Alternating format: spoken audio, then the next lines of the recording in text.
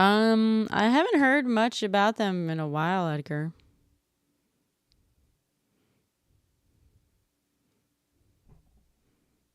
Yeah, please do. We love hot takes. We love cold ones too, but hot ones are fun. What's the hot take?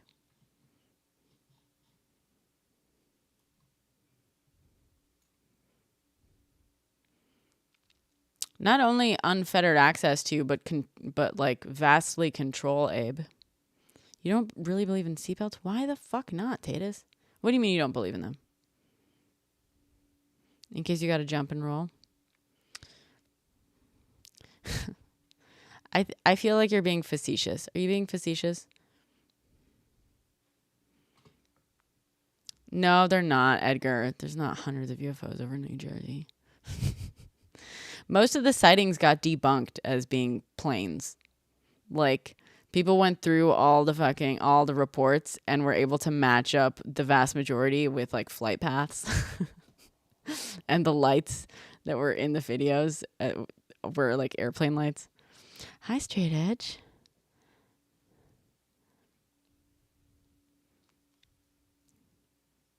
Yeah, that's good, Tatus. You should buckle Gus into his seatbelt with his harness attachment.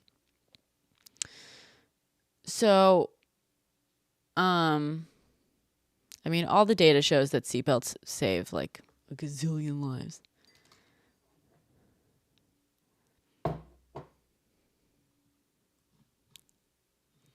What's up, Straight Edge? Nothing.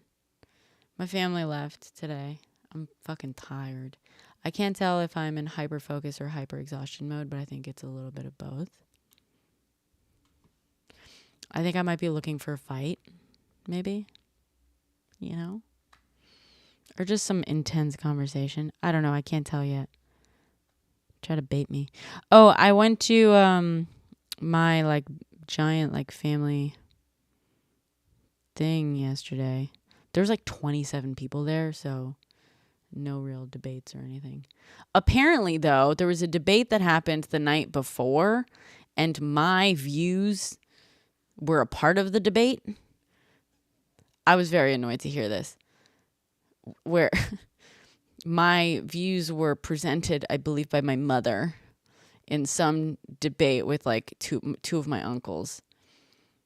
And I was like, when I heard about this, because it was like, it sort of came up at one point very lightly, and she made some comment. I forget exactly how she put it. She's like, no, like, she's like, well, everyone heard your views yesterday. Like, and I was like, I wasn't here yesterday, so I have Straight Edge. Into actual clip talk? What do you mean? Oh, thank you, Morgan.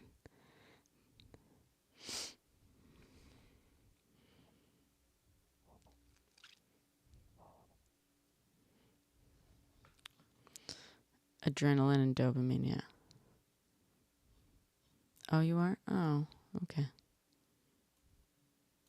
Well, if that changes, you come on back in. By the way, Straight Edge, I got my YouTube is now at perezbrenna. So no, it's okay. So when we do the merch thing, it doesn't need the multiple things anymore. It can just be at perezbrenna. It doesn't even need logos or anything, I guess. Now anyone can find me at perezbrenna, no matter where they look.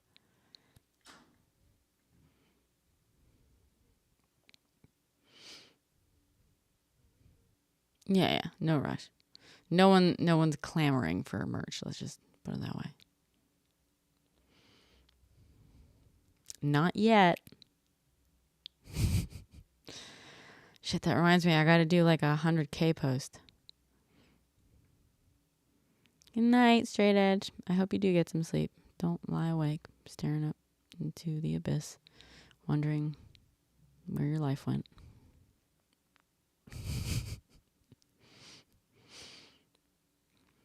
Have resolutions for the new year? That's a good question. My resolution last year was to get to 100K followers, and I did it in a year. Actually, I feel like my resolution might have been to get to like 50K or something like that. I don't know. But near the end, in the last few months, my goal was like 100K by the end of the year.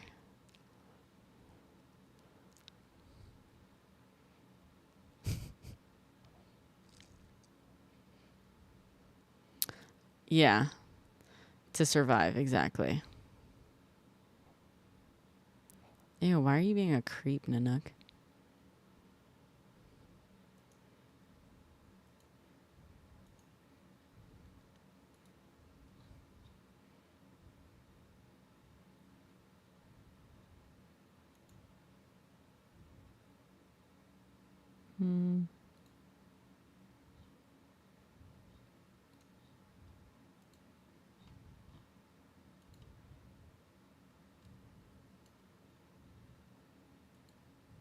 Okay, bye, Nanook.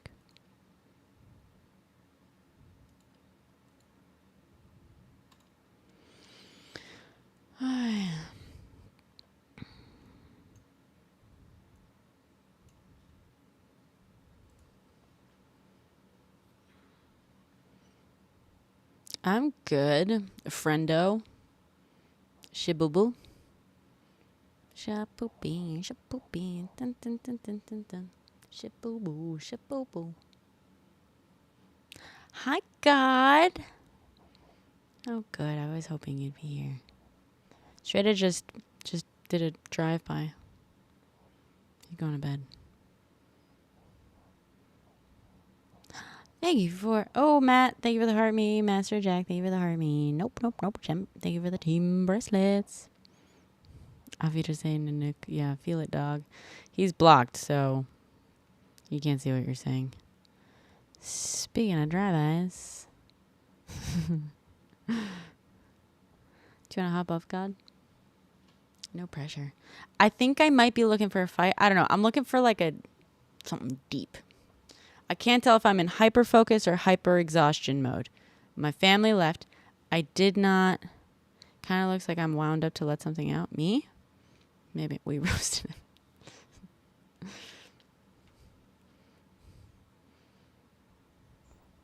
Hi, God. Hello. How are you? No, I was wound up earlier. You were? What happened? Yeah. No, I just going into the preacher religious lives and things, having a good time. Oh, yeah? Anything? Yeah, I've been doing that all day. It's been raining here. Really? Yeah, it's been raining here too. God, oh, that's such a good idea. Spending rainy days just, oh man. You know, it's gonna be raining here all week, or most of the week. I might do that. I might join you some of these days. I think our weather that just went by is fixing to be getting to y'all in a day or two or something. Oh, So really? it should It be is. clearing I up mean, it was here. raining today, but and Philippe wants me It's a hanging out big at his storm system. place. It is a big storm system. It is. You're right. Um, but yeah, he was like, "Oh, hang out while it's raining," and da-da-da. And I was like, "Only if I don't have to help you, and I can just hang out." And he was like, "Yeah, absolutely." So, in my head, I don't know. I think it'd be fun to go and hang out in his new, apartment, and Oh yeah. cuddle up, in his bedroom while he's off building furniture, just with Netflix and TikTok. Well, hello, Philippe. Philippe, are you liking Hi, your new Philippe. place so far? I hope so. From what I've seen of it, it looked like a pretty awesome place. Yeah. Why are you saying wow, Philippe? You're fully aware of this plan. We talked about this. This is the Philippe, yeah. Hey, you a hoe ass nigga. Fuck you, nigga. Oh God. No, did you block him? That's it. I can't even open. I did not. That No, was too fast. no, it's too fast. Whoops. Sorry, it didn't open up Was the it somebody else window that? thing. I wonder if it I was. just dropped Do we him. have other mods here yet? Okay. I don't think so. It's He did sound nowadays disgruntled. the algo's pretty good at getting them, so a lot of people have just been letting them if you don't mind doing so, and then they'll lose their whole account. So Oh, cool. Oh, okay. the Yeah. downside is you got to keep them muted so as they don't get too bad. Yeah. Okay. So I don't like. It's better to report if we can. Yeah. How do we report someone who's on voice, though?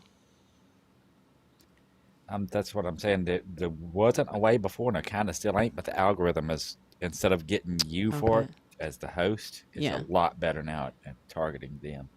Yeah, I did see a couple of examples. That.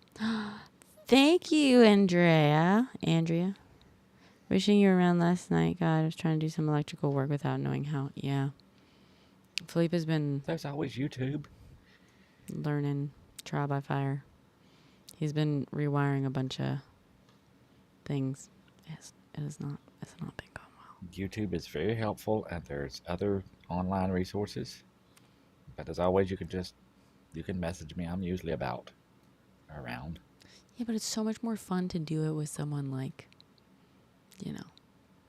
like live, Yeah. hanging out. Asshole.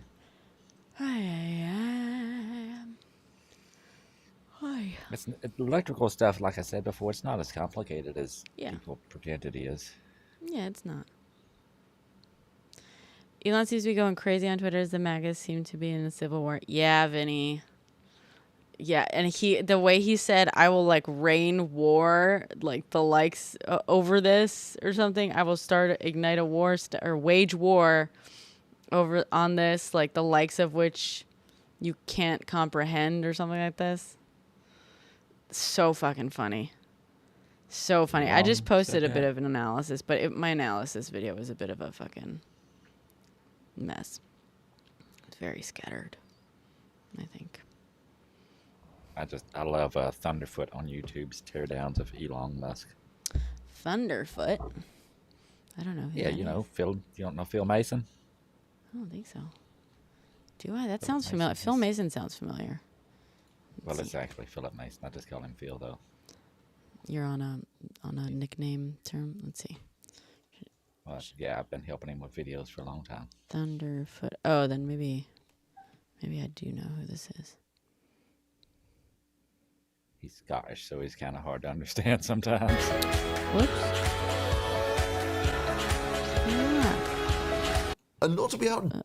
This is gonna Hi, Soul. He's hosting a live Twitter space right now and forcing Laura Loomer to apologize. What? Oh. Thunderfoot is? No, I think Elon. Oh, Elon, yes. Wait. Sure. I think Phil said he was gonna delete his Twitter because it was toxic. I don't know if he did or not. I created a new account just so that I can see tweets. Because what do you mean why, Edgar? Because he's a racist piece of shit, dude. How nice of you to not care when someone's schmite schmoosh premicist.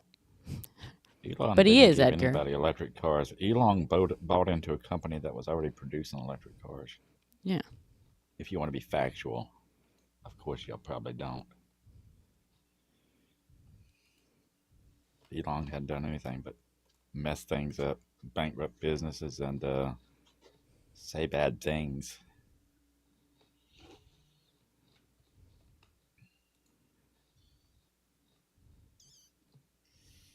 I mean, the Hyperloop, come on.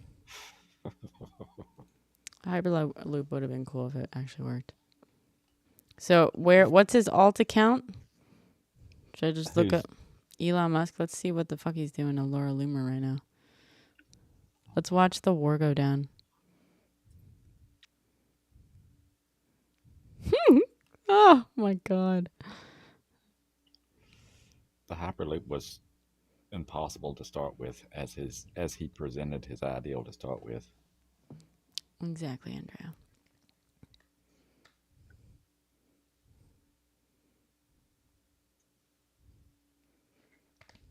Where's this thing with Laura Loomer? Oh, he's coming up.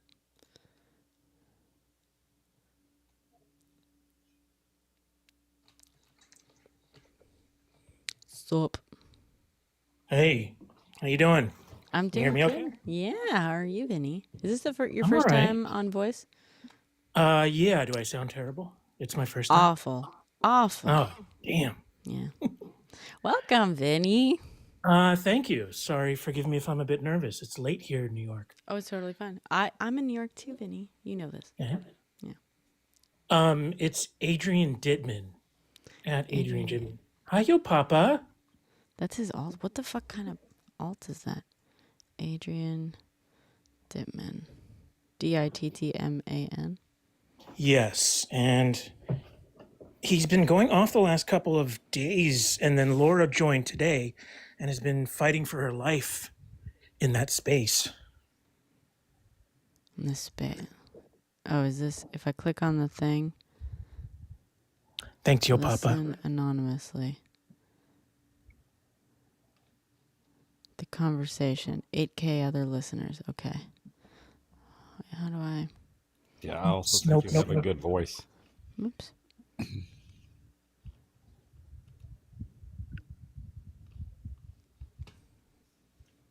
Thank you, God.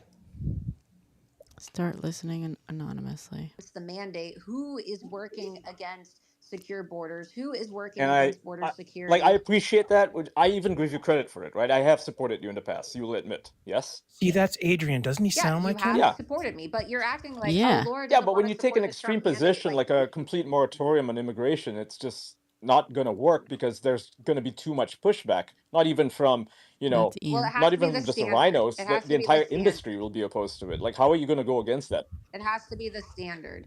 We have to condition people. Why does it have to be the standard? Start Why? because we need to start conditioning people into actually supporting strict immigration so that we don't get these pussy Republicans and Democrats caving and pushing Yes, but amnesty how do you bills as think your opposed food to is so mass. cheap? Who do you think is picking all of the food? And I'm not talking about illegal immigrants. I'm talking about legal migrants. Where are you going to get this expertise? Because Americans are not taking up these jobs. They're not taking up the trades. They're not good enough, really. I Wish I mean, could, no like, one is good turn enough, the honestly, volume. to do AI, which is why every country in the world that is doing AI, whether it is America or They Germany need to or start. anywhere Maybe else, they need to start increasing wages. It's not. It's it's not about actually. It's increasing actually wages. It's just that abusive. they don't exist, which is why countries are poaching from each other. China Yeah, they don't is exist poaching from because the Taiwan. migrants that are even. They don't exist because even the migrants that are coming here and working are treated like slaves. I mean, They're not being how treated many? like There's been slaves. so Have you many seen how examples. much these AI engineers Yeah, get paid? The pay isn't I'm the issue. talking about the people that are picking our food. We're talking about the people that are picking our food. There's countless stories. You can look it up online. There's a million stories about feds bust Yeah, a lot of illegal tomato operations, and farm they when they should be shut find down. migrants They should be shut down. migrants living in a filthy shed. And you have people that threaten these migrants and say, oh well, I'm gonna have you deported unless you agree to work for $3 an hour. And they're basically treated Yes, like and slaves, those human people should be shut trafficked in down. our I'm not talking country. about those. I'm talking about the legal operations. These I don't immigration disagree with policies, her. strict immigration policies, is the humane thing to do for immigrants. It's It's not not just about a No. humane it's not thing to about being do for our humane. It's country. about That's where she's wrong. economics. It is Sorry, I'm muting it. What for a about when second. everything inhumane. becomes so much more expensive, and then maybe not you, but other people will be. They're sort of disagreeing on sort of a silly thing. I agree with her on that, right? Immigrants are. I can't believe I'm fucking saying that, Laura fucking Loomer. Yes, she is right. Immigrants are very heavily and easily exploited. Yes, but stricter immigration laws don't make that better. They make that worse. That's the problem. Stricter immigration laws make that worse. They make it so much easier to exploit undocumented immigrants and stuff. What you actually need is a funding of the immigration system and the asylum system. You want, they always love to make it sound scary when Democrats try to fast track the asylum process. What that actually means is that they would fast track the process, like processing asylum seekers, which means, the vast majority of asylum seekers, 80-something%, get denied asylum and, get deported. I don't know if technically it's considered deportation if their asylum is denied and they're, let's call it deportation. So if what you need to do is like fast tracking the asylum process, like benefits you no matter what side you're on, you know, whether you want more immigrants coming in or fewer. You have to fund the actual processing of these immigration applications. You know, if you're really of the like just do it legally crowd, we just want them to do it legally and we're totally not racist, we just want them to do it legally, then you got to be like on board with fast tracking it. Like, you know, that's just the way it is. There's bureaucracy. And yeah. But like, yeah, Loki Laura is acting out of white. Well, yeah, exactly, Nas. That's the thing. She's acting out of white nationalism, not class consciousness. The issue is also, and that's revealed also by the fact that her proposed solution, like, demonstrably does not work. What she is proposing as the solution actually just makes the problem worse. We know this. We have seen this time and time again. We know this. So, you know, I agree with her on the problem. It's just that she's like choosing to ignore all the evidence we have on how her proposed solution just makes the problem worse. Very simple. It's kind of whatever. Don't work in Europe. They just go to China or like Dubai or something now. They don't work. Europe doesn't even have anything apart from like those guys who make the what do you call it, the lithography stuff in Netherlands. Mixtron. Oh, EUV. EUV. Yeah. Yes. Yeah, those guys are like the only ones there, and I guess Philips. Yeah. And no, Philips actually doesn't do anything. Philips basically Philips only does medical equipment nowadays. They Yeah, I don't know what this is. Oh, really? No. Yeah, let me know, Naz, if we should tune in. For some reason, I can't like I can't like affect the volume on there in a way that's gonna like not affect all the rest. Is that what he does, Andrea? Adrian Dittman. Is this genuinely like his alt account or something? It doesn't make sense to view time as a flat circle. Rather, it makes sense to imagine it as a multidimensional fractal. That is the dumbest fucking shit. You don't even understand the imagery that was being conjured in that whole monologue. That is so dumb. And no, multidimensional fractal, no. Nope. He says the weirdest things. To try to sound smart, it's not. He's trying to sound smart, but he's not. That's not a smart statement to make. A multidimensional fractal, no. The point of time He's in theory. fractally wrong. Yeah, fractally wrong. That's He probably don't even know what a fractal is. It doesn't sound like he does. And I'm a fan of fractals, mind you. And he's also been going on all day. I watched 3 football games before, and he was still on there. So since like, 1 o'clock this afternoon? Oh, nice. Listen, I'll give him a little bit of shit, yeah, for being on for a long time. But I live stream for hours at a time, right? Technically, I can't judge him for that. But also, yeah, how is it, what I love about shit like that is like, Elon is the prime example of how much CEOs are not worth what they're getting paid. Because if you can be a CEO of how many companies is it now? 3, 4, 5? If you can be a CEO of that many companies, of that size, then clearly it's not a full-time job for any of them. You know what I mean? Like, so why are CEOs getting paid as much as they are?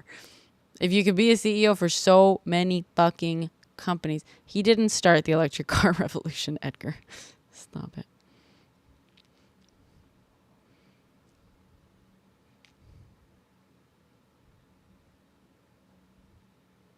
He didn't, Edgar. He didn't, Edgar. I would argue that if Ford, anything, way back, what was it, 1930 was it Ford? something? Ford had the first electric car. Oh, Yeah. interesting. 1930 something, 1920 something. Yeah. But in modern day, I will say batteries. Prius was the first obviously Prius was a hybrid, but that was really the first sort of modern day foray into the hybrid, which then became, e-vehicles.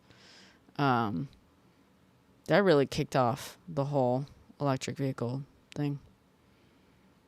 Yeah, Toyota has been on the front end of that for, gee, since the 80s, Yeah. 90s. They were doing tests and they're proving grounds.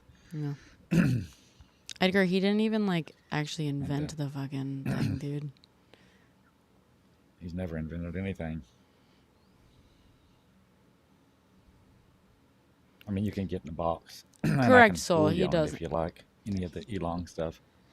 Yeah, Soul. That's kind of my point. He doesn't run them outright. He owns the companies, but his title is CEO for most of them, if I'm not mistaken.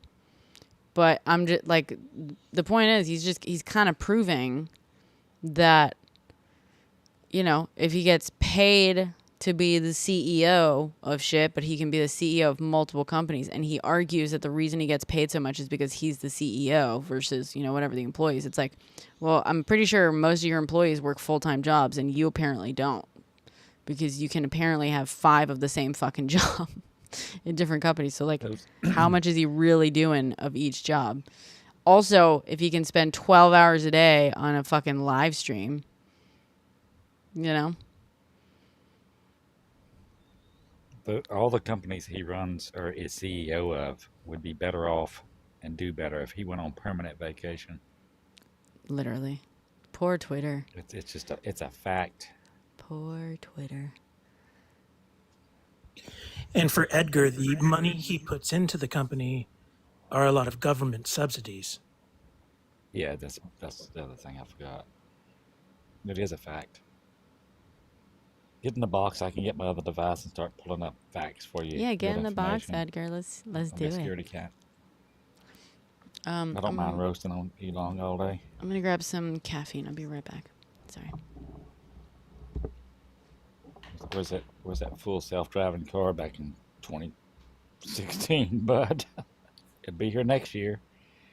It'll be here next year. That's Elong's excuse for everything. Next year, next year, next year.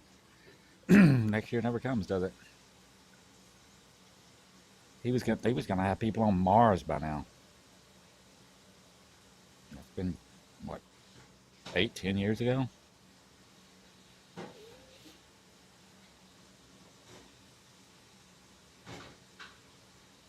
Nissan's been making a Nissan Leaf for a long time.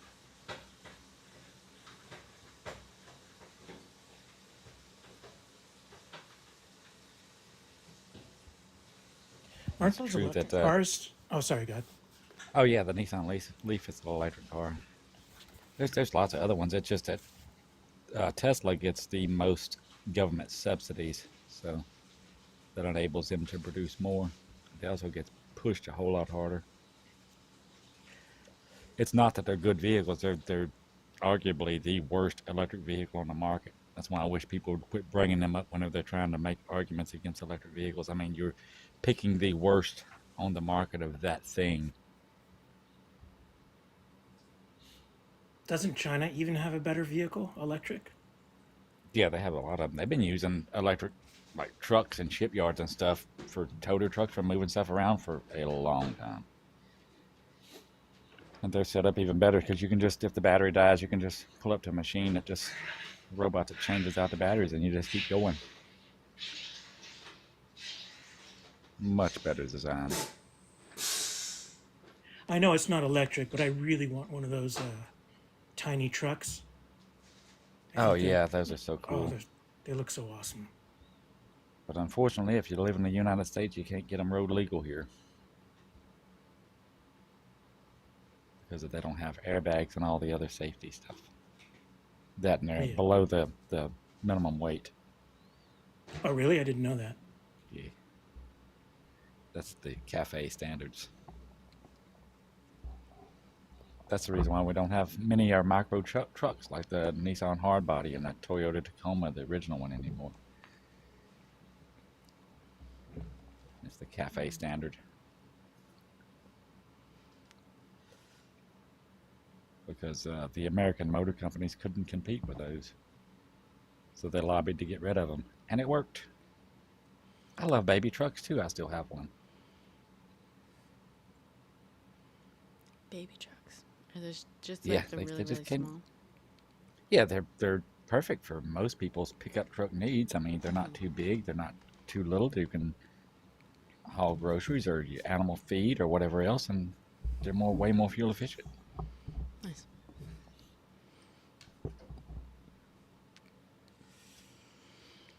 I guess the Who- Elon okay, but fanboy who doesn't want to cares? get in the Yeah, box. Edgar, who cares? What the fuck? Who gives a shit? They're small. If your friends won't ask you to move them. Okay, that's it. Elon mass-produced electric vehicles. Okay. Okay, he had a Who lot of money. cares? Big deal. He's still a dum-dum. He's a terrible person. Yeah, They're not all that smart. and not all that smart. I'm sorry, Have but you ever mass-produced, listen- but a lot of waiting lists. Isn't Mm-hmm. it on back order? That Yeah. too? Everyone is copying his model. What model? No. Edgar. What model? Let's hear what No, he they are not. Yeah, let's what do you mean, Edgar?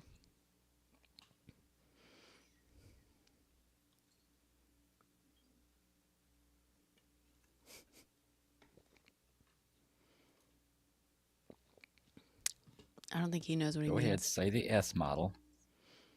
Go ahead, the leaky one, where all the doors and windows leak every time it rains, and everything just falls apart. Abe. Who would want to copy that? Yeah, copying his model, his what? His business model? What? Making cars and selling them? Because that's not an Elon original. I hate to break it to you. No. If you're talking about the technology, no, or the car design, no. There's Teslas definitely look like Teslas. Then they're bottom of the barrel cars. Mm-hmm. I mean, I'm all for going electric, but I wouldn't recommend them. I've seen them. I've rode in them. Yeah. Not a fan. Yeah. They do. They leak. Do they really? I rode in one of the early ones a gazillion years ago. They don't have a comfy ride. They leak. I don't know. I'll take a Honda Accord or something over one of them any day. That's not exactly true, Edgar. No one thought you could make a profit on electric till he proved it. That's not actually true. That's absolutely that's fractally no. wrong. That's not what any. Oh God. Nope. I don't even know where to start with all the parts of that sentence that are wrong, but okay.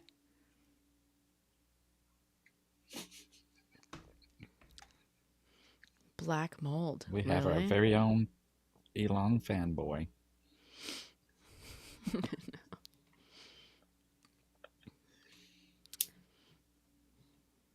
You heard Teslas are safe? I mean, in what sense? Because they tend to lock people in and burn them in a way that prevents firefighters from actually being able to get to the people inside. Isn't that a pleasant thought?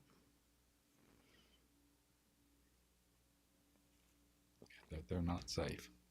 Yeah, they're not safe. They're like famously quite unsafe because they will lock their passengers inside under like a few different circumstances. But there's been cases during like an accident or a crash because listen, lithium ion batteries, like that's not exclusive to Tesla, right? But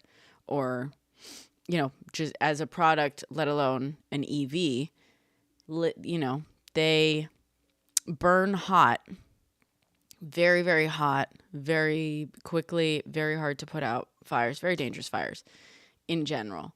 But to have a car that has batteries that can do that and will lock its passengers inside while that's happening with shatterproof glass so that there is little to no chance of rescuing them, that's just inherently very bad design and dangerous. I want to say that the other electric car companies, like Nissan, Toyota, and most of the other ones, their lithium batteries are a lot better sealed with better resins and other components, so they are inherently safer when water conditions or anything else. And they have backup system to unlock the doors and run the electrical in the case of any emergency. They automatically unlock and stuff. Oh, that's good. Because all other brands are better than Tesla. Yeah. I mean, it's just Elon's known for simple. trying to cut corners and do things cheap because he's greedy. Yeah. Duh. Also, did you hear about these the Easter eggs? I just heard about these recently. The Tesla Easter eggs. Have you heard about this? No, I don't think so. Well, maybe. So randomly, when you're there's like random Easter. You know what Easter eggs are, right? Yeah, little hidden things. Yeah, little hidden things. Yeah. So it'll happen. You know, little things like, okay, you turned on. Maybe you opened the sunroof. I don't know if Teslas have a sunroof. Like 3 times. Turned the vehicle on 20, hit for start, like after opening the sunroof 3 times when you're driving at 40 miles per hour, there will be a random, Easter egg, right? And it'll start randomly playing an audio and make your screen completely inoperable as like a surprise, which is like exactly what you need while you're fucking driving for your car to That start doesn't sound like a nice surprise. No, acting no, thank you. erratically and completely not. And in some of them, like some of let's look up actual Easter eggs. Some of the Easter eggs like require you to pull over and like turn the car off for them to stop. Yeah, no, I don't like that. I like Jeeps Easter eggs better, where they have like different little Jeep symbols and other things on their vehicles that you can find. Not big surprises that impairs your driving. Yeah. God. Baker doesn't have a source. That's why he didn't put it yet, and he won't get in a box. Oh, there's a little button on the bottom of the screen. That's how I do that. Wait, what? Sorry, I was clicking on my picture to unmute. I didn't know there was a button on the bottom of the screen. Oh, okay. Sorry, I'm learning these things. Sorry. As if you've ever read a history book, Edgar. The crab table in the back. Wait, what is that?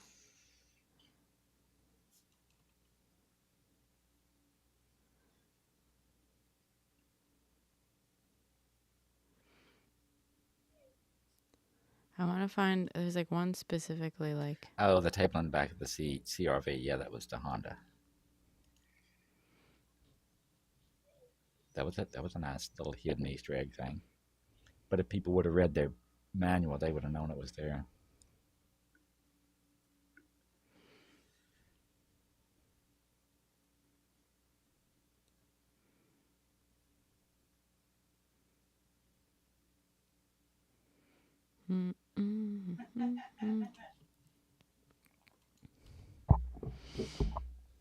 But I It's a don't doubt history that book. Elon is going to be in some history books for sure. A lot of bad people make it into history.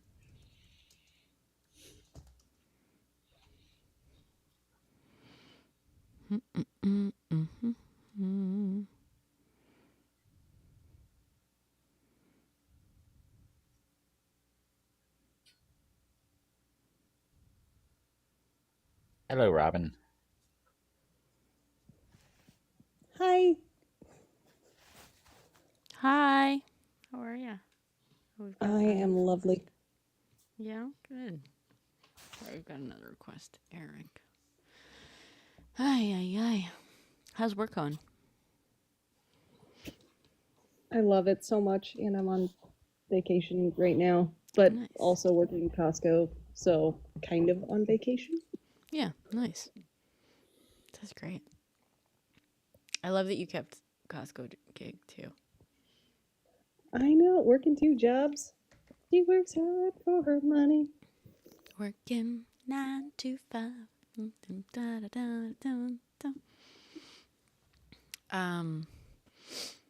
Yay. Hello, Eric. Hey, how you doing? Good. How are you? All right. I have some years I lived in South Africa, so I know quite a bit about South Africans. And I actually knew a few people that grew up with Elon and went to school with him. And, you know,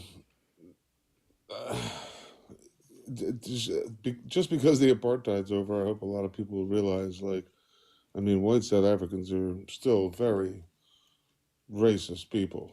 Like it's not like it's over when Mandela got in. So, and it's a complicated, long story with South Africa, and I don't want to get into all that, but I can tell you that the sentiment generally in South, I mean, everybody with any means, even modest means, a lot of times has hired help, which are black people, and they still treat them like total garbage.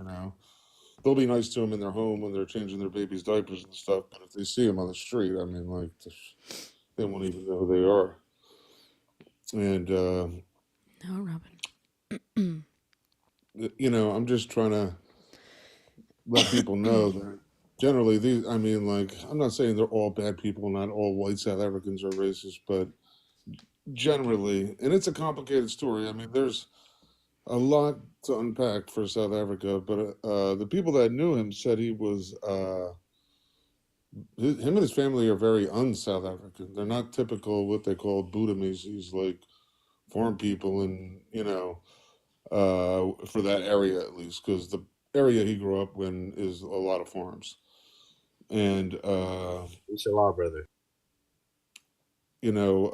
so I just wanted to put that out there, and I agree. I don't think Elon's good at all. I don't think he really, he bought into a lot of these companies. He's clever, but I think he puts on an act, and he's just full of it. He's no dummy, obviously, but he's over the top. Some of his Joe Rogan interviews have just, I felt like he just came off like a total jerk, like a typical South African. Remember, too, he's had to work hard to get rid of that accent because he grew up there, but he hardly has any accent. And that's a hard one to get rid of. It's a hard accent. So he doesn't want people to hear the voice, the accent of oppression when he speaks. He's learned to hide that. But he, Don't Swedish to people me, speak another? oh, I'm sorry. Go ahead. I'm sorry. Yard? Don't Swedish people speak like a funny language or something? Swedish? Swedish people speak Swedish. No, it's like pronounced differently over there. Like they have an entirely different culture where like they live completely different lives in comparison to Americans. Yeah, Sweden, Norway, Denmark, they're all very different culture. They all got their own languages. I mean, they're different countries, but Jewish by chance? I've been looking for people in the. They also speak English. Yeah, most of them speak English. So politically, they probably back like a psycho, yeah, something like that. Yeah. A psycho? No. No, a psychologically like oriented political system. Whereas like Elon Musk, by chance, you know what I mean? He's like one of those multi wealth people that like start shadow wars and proxy. Well, I know I read this in like a funny paper. You know what? We should all vote. That's what I think. Vote, vote, vote. Mail in a piece of paper that's going to change the world. I think everyone should exercise their right to vote. I agree. I agree with that. Multi-wealth people and funny papers. Those are new words. Multi-wealth, yeah, funny papers. Multi-wealth people and funny papers. I like that. Funny papers. Wait, so isn't there a war in Gaza right now, or aren't they fighting it out again? Yes, there is. You gotta be careful with the G word on here, though. You can get us filtered by the Ago. Oh, really? That's crazy. Mm-hmm.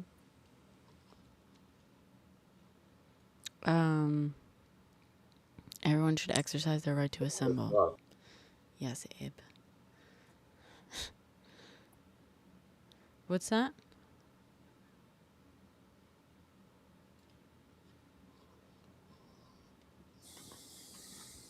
Yeah, I had a friend. Oh no, Robin. Where did Robin go? Yeah, my foot hurts. I was playing soccer yesterday. Fuck. Okay. Sorry, was that you, Vinny, who was saying? I think her service wasn't good. You guys ever play League of Legends, man? It's a fun game, man. You guys should play League. Yeah, that's not really our It's topic at slightly the better moment. than Many years ago. I'm gonna drop you because I think you're multitasking. Thank you for joining us, though. I think he was trying to derail the conversation. I agree. Yes. Wasn't that the guy who came up earlier and said, rude words? That was a different one, but Oh, okay. I thought it was for a second. I thought the photo was the same. maybe a different account, or maybe same person, different account. Oh, maybe. Edgar, bro, you're talking to hella lames. Oh, okay, Edgar. Why? Because we don't like Elon? We don't like the schmite supremacist, Elon Musk? It's me. I'm hella lame. Hi, Robin. Hella lames. Me too. Yeah, we're all hella lames. Hella lames. It's really trending these days. We are in as lame people. Yeah, super lame. I mean, in fact, I'm sorry. Didn't Elon and Ramaswamy go on and on Twitter this week about how American culture, it considers the wrong people lame and losers, and it venerates jocks when really it should love nerds and stuff like that? I think that means that they love us. They love us dorks. Your god Elon thinks you should worship us, Edgar. Don't worry, Edgar. I'm sure you'll fail at that. Your goal is to change your view. Edgar, see, that's not how you approach shit. Your goal should be to have your mind open to learn things. Your goal should never be to change someone's view. We talk about that all the time on here. Our goal is never to change someone's view. Our goal is to ask questions, to fact check things, to have a discussion, to hear people out, but to make sure that the information is correct and to ask questions and like encourage people to open up their minds and to be open to change their own minds. I don't think I'll ever change anyone's mind, but a person can choose to change their own mind.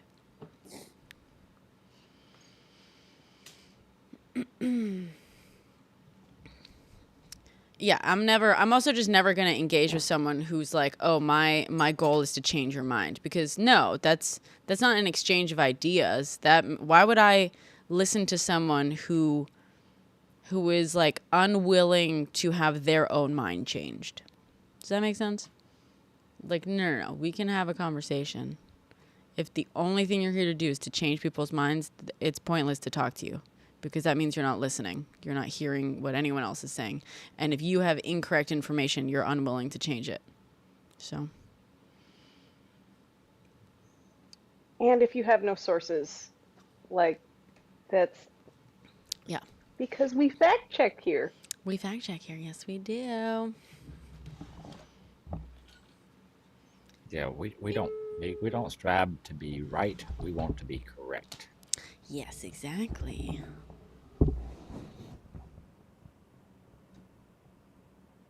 I gotta... Philippe, we definitely need another layer of this thing, I think.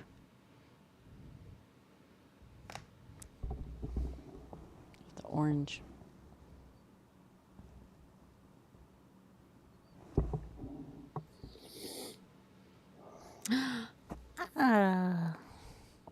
Thank you. Thank you, Robin. That was you? Let's see.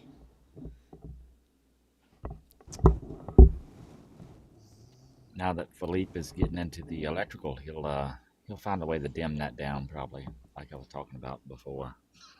Yeah, I'm sure. No, what we need is the gel. We need another layer of the orange gel. Actually, I could probably do it. But he'll probably do it better. He cut it out so nicely.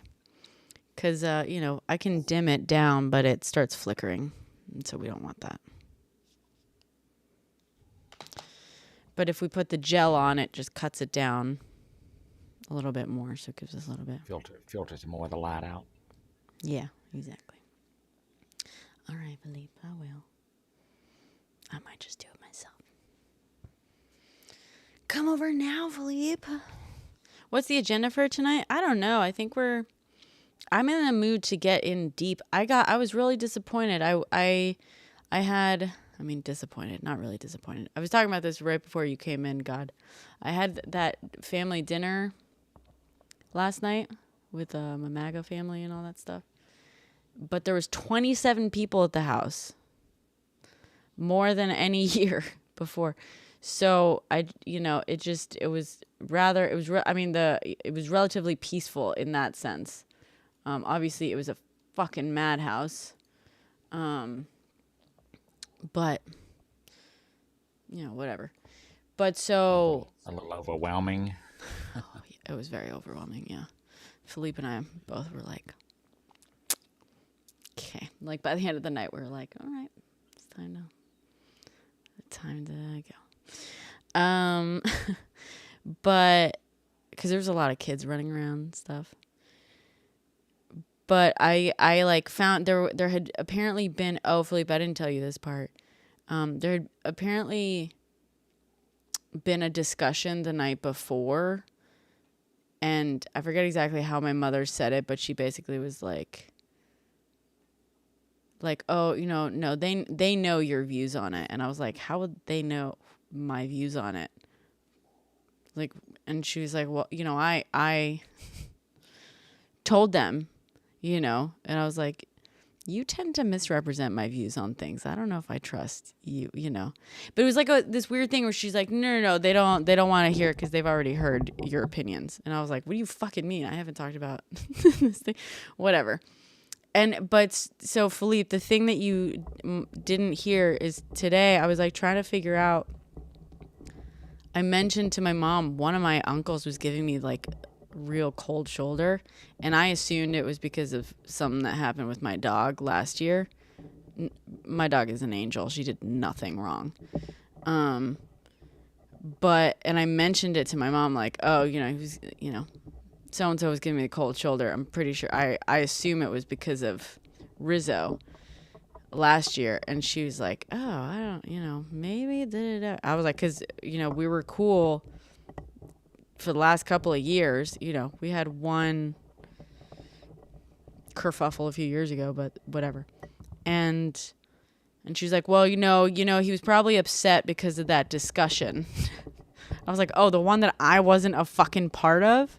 She was like, yeah, that's probably why he was pissed. I was like, you're telling me he was pissed at me for my views in a conversation on a topic, in a conversation I was not even there for. It happened the night before I got to the house.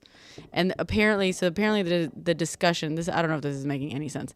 Apparently the discussion was about Blake Lively, the Blake Lively, Justin Baldoni thing. And she, I still don't understand exactly what, I made one post about it that was like, all I said was like, I knew there was something up with the whole Blake Lively thing. And I shared a couple of my experiences in the film industry and just being like, it's very easy to get women torn down, whatever. And according to my mother, my two uncles were like on the other side of that. They were both like believing all the anti-Blake Lively stuff or whatever. I don't know. And I know exactly, right, Philippe? I can't imagine what she said on my behalf. Exactly. I just don't want my mom speaking on my behalf on stuff like that. I really just don't like it because she tends to misrepresent me entirely. When she's speaking on my behalf, against me, she just tends to have a different memory and view and stuff like that. But I don't know. She seems to think that my uncle was mad at me for my views in a discussion I was never a part of. Which would fucking track, to be honest. It would track. Women like the attention and are difficult when they speak. Wait, what? Where does that quote from? Hi, Autumn.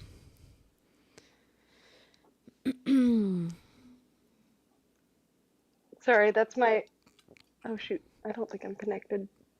I hear you. Yeah, Oh, I okay, hear you. perfect. Sorry. That's my impression of that whole side of every argument Yeah. Yeah. That's pretty fair. Just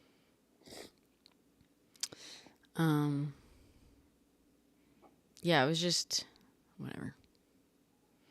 She also like today, Philippe, she also was like, people really hate it when you like rant and rave and stuff. And I was like, I've never actually done that at my family's house.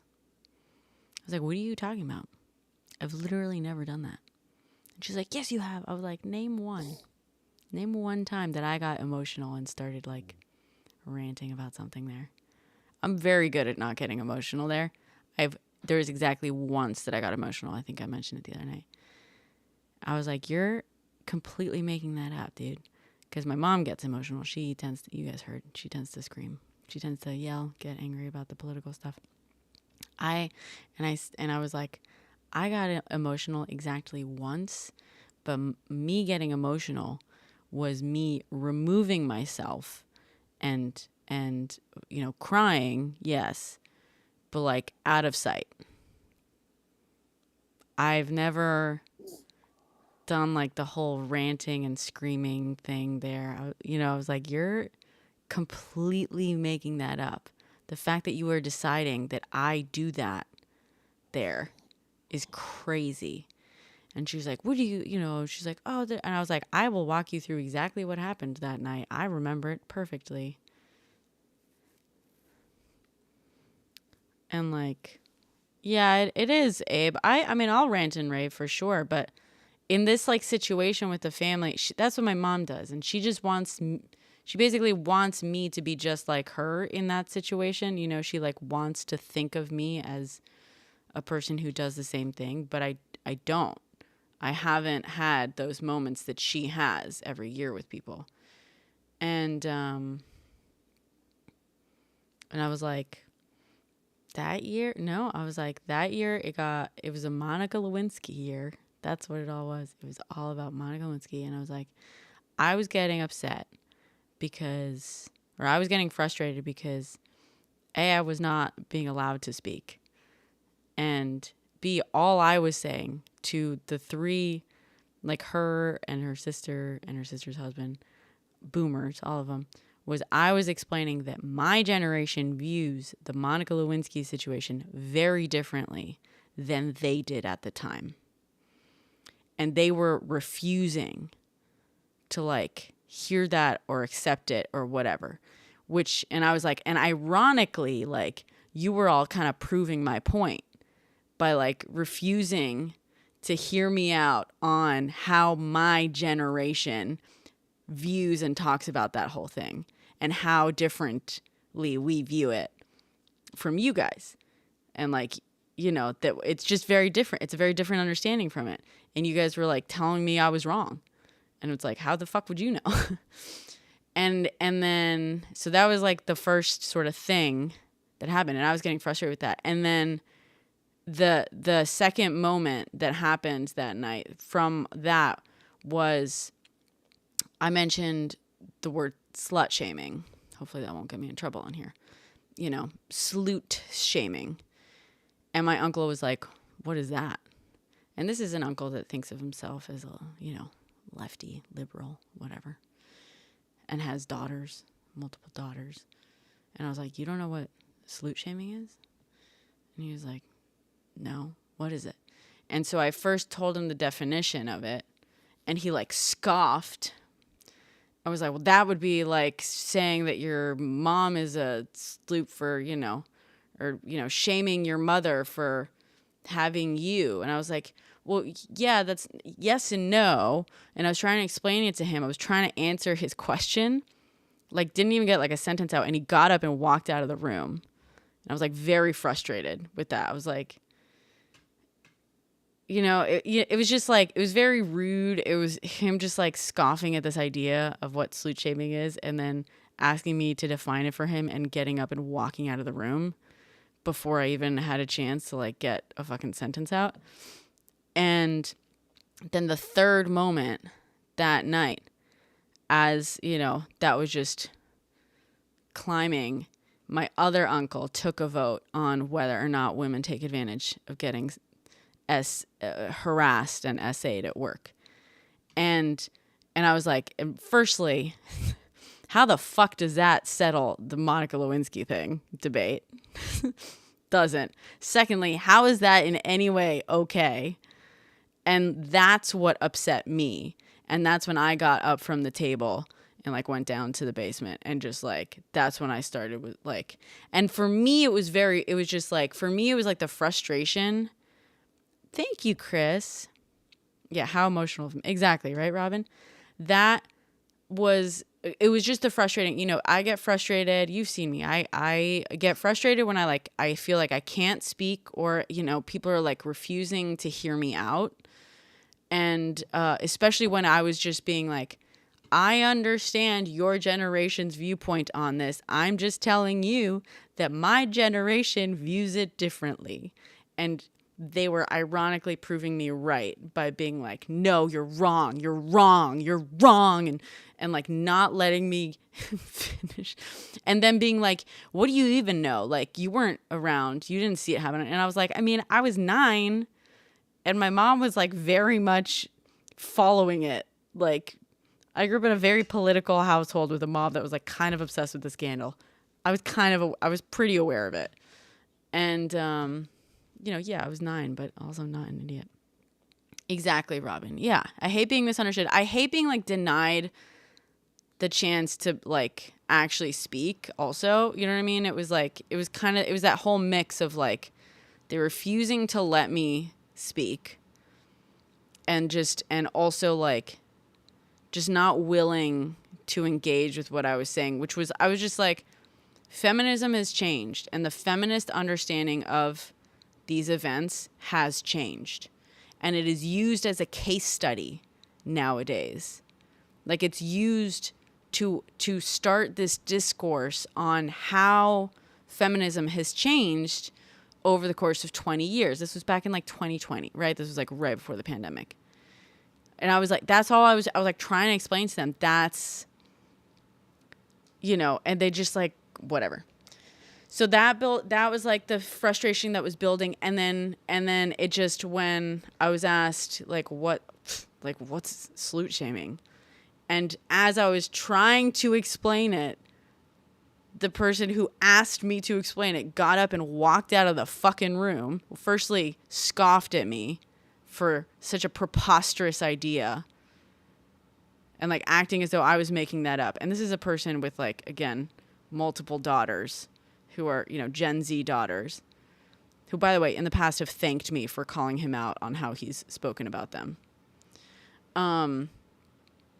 And scoffing at me like this idea that slut shaming is like some bullshit I made up. And then getting up and walking out of the fucking room. And just, you know, whatever. But my mother acts as though like I behaved abhorrently that night. And I'm like, I barely got a word in that night. That was the whole frustrating thing. And like, I've never gone on a fucking angry rant the way you do with the family. Like, why are you rewriting history once again? Why are you like, whatever. It's a big high fire. Sorry, I'm just like working through my emotions on this whole thing.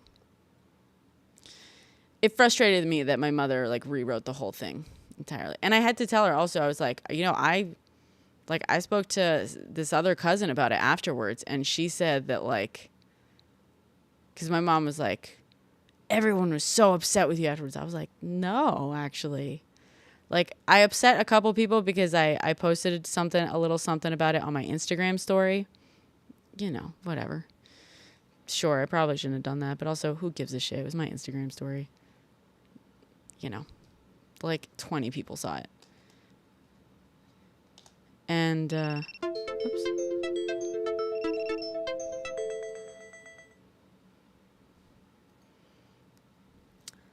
So that upset some people.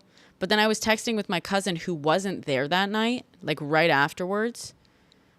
Because my mother at the time had been like, you embarrassed yourself. How embarrassing. Da, da, da, so embarrassing. Blah, blah, blah. And I texted my cousin. I was like, oh, you know, I guess I embarrassed myself a lot. And she was like, what are you fucking talking about? Like, no one. She's like, if anything, like, this uncle embarrassed himself. And she was like, don't even fucking worry about it. No one likes him. No one in my family likes him. And I was like, oh. She was like, don't you worry. Everyone, even all the people who were like on the other side of the spectrum, like in that thing, were like in any sort of like disagreement between you and that uncle, everyone's on your side. Don't even worry about it.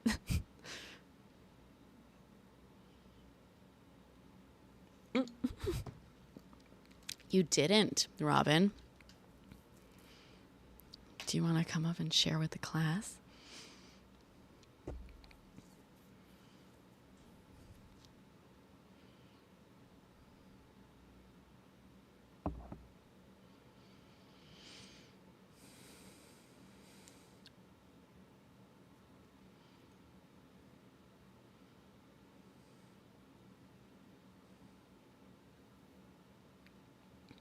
So I'm super lucky that my family doesn't fucking suck, like, for the most part. Mm-hmm. But my ex-in-laws are very, very, very Southern Baptist and just awful. Sorry, not that Baptists are all awful, but they, Some of them can be, you know. yes, and they use this specific family uses religion to be racist, and I hate it. I hate it so much. Yeah. She would talk about how much she hates Asians, and I accidentally, because for the most part I was like, all right, I have to be quiet. I have to just hold my tongue. And she tried to call me racist because I was worried that something I did could have been offensive, and because I was doing a stupid puzzle, and I was like, this person looks the same as this person, but it is the same person, but the pictures are different. So anyway, the puzzle was fucked up, and I was like, oh, that seems a little racist. And she was like, well, being worried about it being racist is actually more racist. And I was like, ma'am, I think everything you've said about not wanting to be in a country with Yeah. foreigners is racist. And she lost her shit on me. She started crying. She was like, now I know what you really think about me. And it was Jesus. so fucking cute. What a cute ass bitch. That's, of course, she accused you of something, and then as Wow. soon as Yeah, you're like, just no, you, she's like, ah. Exactly. It was very, very fun. Yeah, fuck that noise. Anyway, that was my fun story. Now I'm gonna hop off and go play pool. All right. oh, Have cool fun beans. Have playing fun. pool. I'm so bad at it. Oh, hey, before I leave, do you want to see what I did to my eye? Mm-hmm. All right. What did you do to your eye? Uh-oh. I'm thinking not anything good. Nothing good. Great. Save.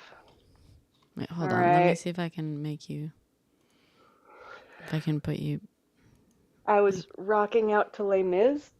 oh dear. I know. And I hit the bathtub because I slipped on the bath mat. Oh shit. Isn't that fucked up? Damn. It's gonna scar, and it's gonna be so badass. Is it gonna scar? Oh, I did not get stitches, and it's Oh pretty deep. girl. But All right. Well, if it does, yay! it'll be pretty badass. You go, Yes. girl. Okay, but what All right. song? Someone Oh shit. Purple Heart said, yeah, what song was it?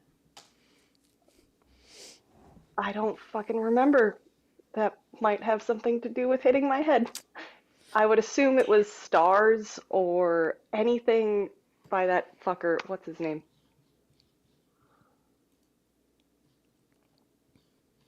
Shit. What's his name? Who sings Stars? I don't know. It's not Valjean, but it's his. Les Mis stars. Um, You could also get a piercing there, which would look badass too. Javert. On top of that. Javert. All right. Yes. Anything he sings, I'm always just okay. That's funny. Yep. Nice. Yay. Well, that's fun. All right. Oh, Have a God. good night. And I'm Javert. Javert Alright, in any have season. fun out there. Have fun, Robin. Don't And stay warm. knock your head against anything. I'll try not to. I'm gonna just do this, and No, be a it'll be badass. great. Just wear it nice and proud. It Just be doesn't. like, you should see the other guy. Just, you know. Yes, I'll make up a story. Yeah. About Honestly, no, just honestly, the actual story is pretty legit. That's actually like, you know, respect earned. Oh, you were rocking out to Les Mis. Yeah, obviously. Of course. Fuck yeah. it. Yes. Yep. Yep. Totally. Oh, All right. God. Well, have fun. Thank you. Oh, yeah. In a world talking about Wicked, Les Mis should get some love. Yeah. You know. Wait, was she? Yeah, she said she was rocking out to Les Mis, right? Les Mis, yeah.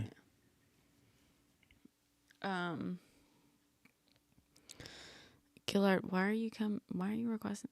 Dude, I'm not okay. I'm gonna just. If you're gonna keep spamming the request box, I will drop you, Gillard. You haven't? We finally saw it. We saw it with my mom and my sister. It was really good. The sound, I did not like the sound mix. Maybe it was the theater. Maybe it was exasperated by the theater. I did hear that some people complained about the sound mix. Yeah. For us, our viewing experience, the sound mix, not great. It was all like front speakers. It was like, it didn't feel like we were in surround sound at all. It was exasperated by the fact that we sat kind of further back in the theater, but like still there should have been some. It all felt just, it was very annoying. But it was good. And Philippe said that he'd be down to come watch the second half. Oh, you too? Yeah. Yeah. I don't know why the fuck. I don't know why. It would have been 3D felt un-3D. Yeah. Like, why? It would have been so effective. I mean, the only thing I can think of, like maybe my theory, which like Philippe kind of said the same thing when we were talking about it, was that like maybe it was for the kids in the audience, you know, like wasn't very loud and stuff. But the only other thing if it's not that, the only other reason I can think of is that it's a little bit more like a theater, you know, if it's coming from the stage. But even theaters have speakers and stuff that will fill up. No, like, and theaters have the acoustics so that it feels more, you know. So I don't know. I was really disappointed by that because it was like I just knew, even just like the opening number and stuff, immediately I was like, this would give me chills if it was surround sound. It feels so ineffective not having that surround sound. Yeah.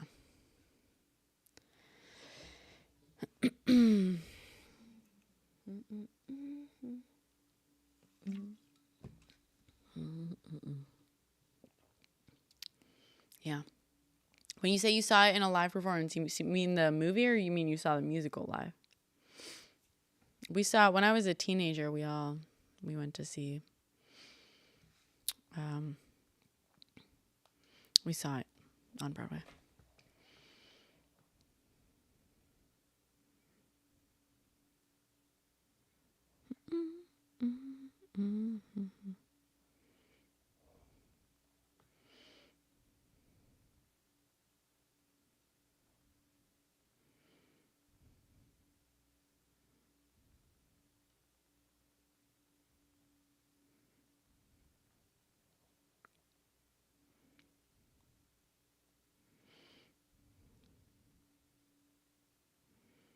Mm-mm, mm, mm, mm, mm. Mm, mm, mm, mm.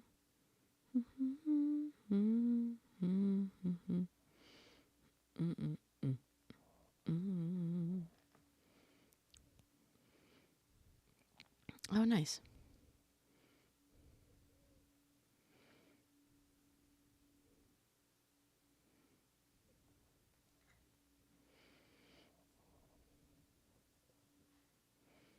Bam, bam, bam, bam, bam, bam. What do you mean by how it was coordinated? Just like the whole show? You just like the whole show? Or do you mean something else by that?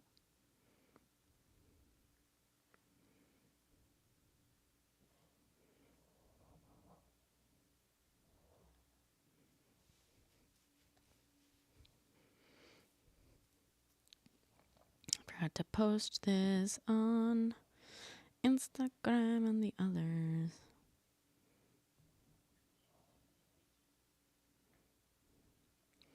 Bam, bam, bam, ba, bam. Oh, yeah.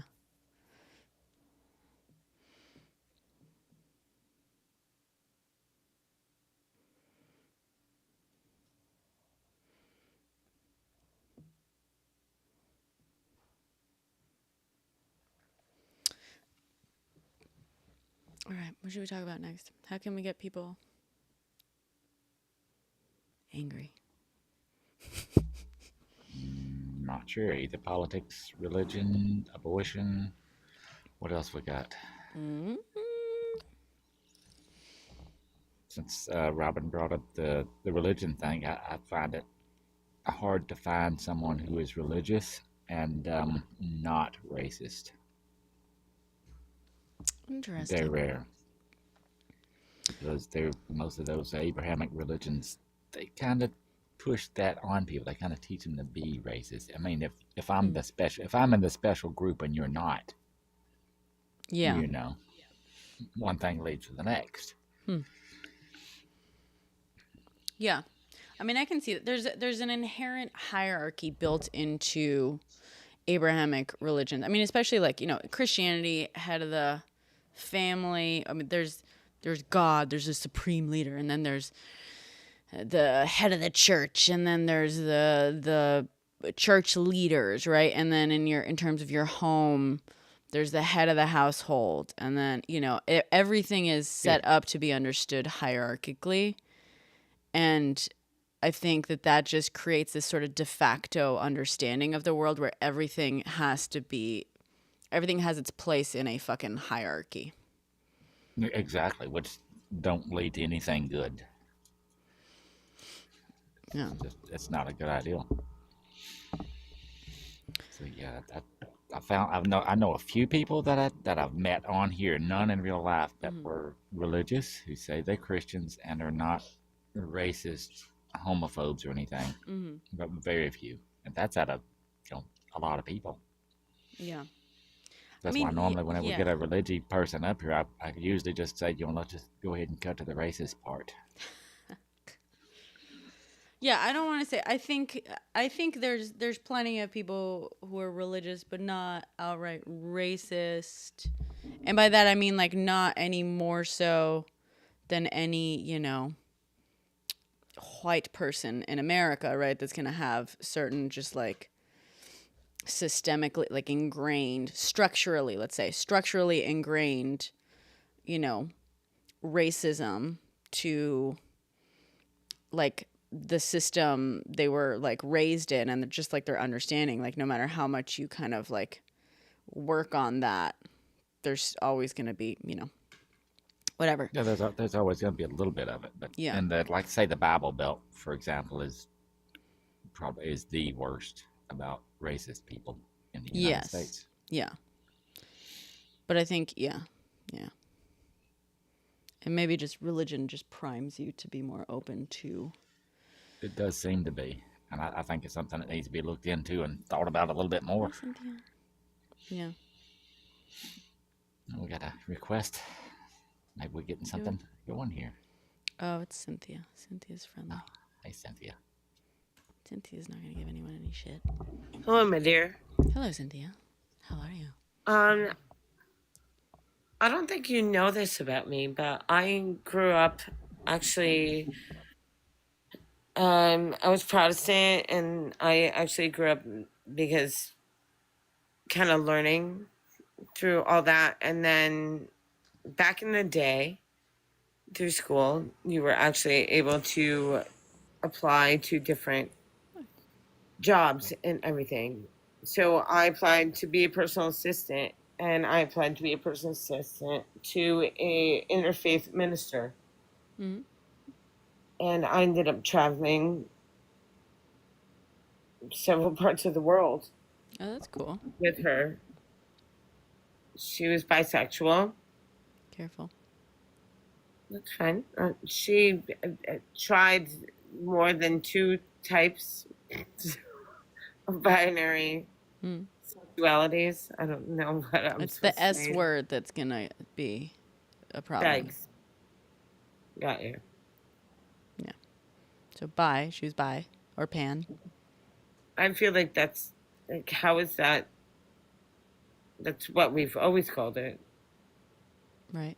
I'm just, when I said careful, I just meant because of the No, S I'm part of the I'm word. also I'm trying to learn because I've lived this my whole life, and so it's different to me being. I don't know. It's interesting to me.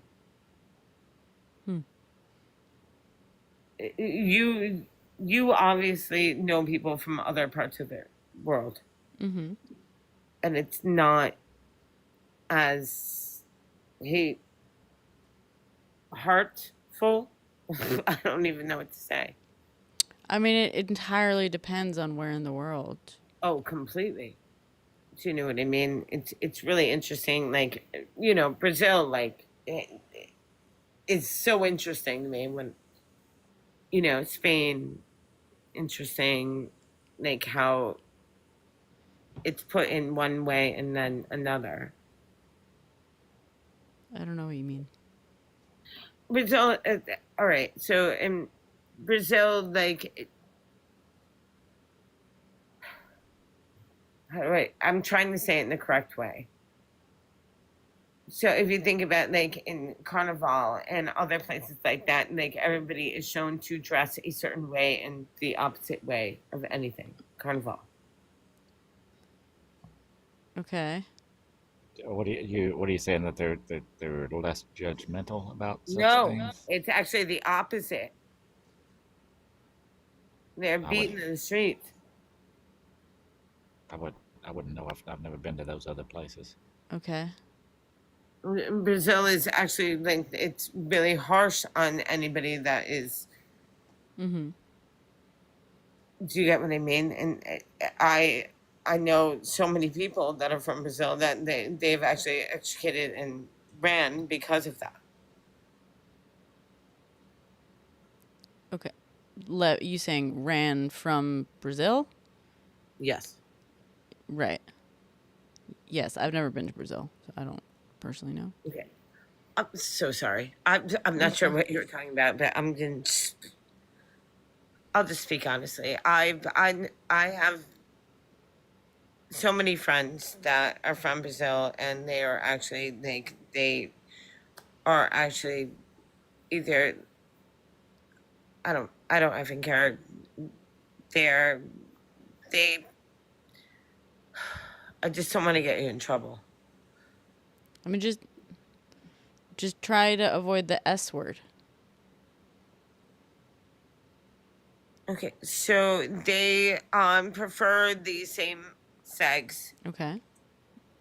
Of either or both sex. So they're bi or pan. Yes. Okay.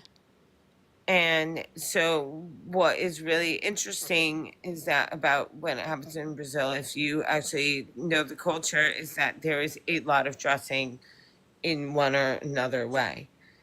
So like what do you mean by a lot of dressing in one or another way? So when it's celebrated. What? So Carnival. Uh-huh. Carnival and like all of that, like most, it's celebrated for men to dress as women. Cross-dressing, right? Yes. But if it's done on a normal, regular type of thing, like you will literally get murdered. Right. Yeah. And it's not interesting, it's horrifying. Yeah. And so like, and then what ends up happening is a lot of people that I know as good friends is that they have children. Mm-hmm. And then once they decide to move past, they have to leave. Mm-hmm. Because for fear of their life, and then they don't have a connection with their children. Right. I don't know how I got here, but I don't know how I saw that from your live, and I'm so sorry. But I don't know how, but I saw something like that. But I just know that you are an advocate Yeah. for so many. But this is something that's really hard for a lot of people I know. Yeah. And they don't have, and they're not able until they can either get their children over here or whatever, and they're not allowed. Yeah. Are you saying yes? Because am I being sorry? I'm just listening. I'm just saying, yeah. I understand what you're saying. Do you? I think so. I feel like you're being very weird tonight, Cynthia. Okay, so what is happening is, so a lot of times from Brazil, Portugal, and everything, so people they're not allowed to be gay. Right. They're not allowed to Not be Portugal. bisexual. No, Portugal is still not true. I mean, in the country. It is. There. You are allowed to. Yes, in Portugal, which is right next door to It Spain. doesn't mean whether it's the person next to you. You are allowed to. It doesn't mean it's accepted by society. I'm not saying it is, Cynthia, but you said you're not allowed to be in Portugal. But Portugal, like culturally, is not that far off from Spain. And like, while there's definitely some conservative, especially like portions of the population and stuff. Like, I have a couple of, I have some friends who are a gay couple in their like 60s who were like, pushing 70 now, I guess.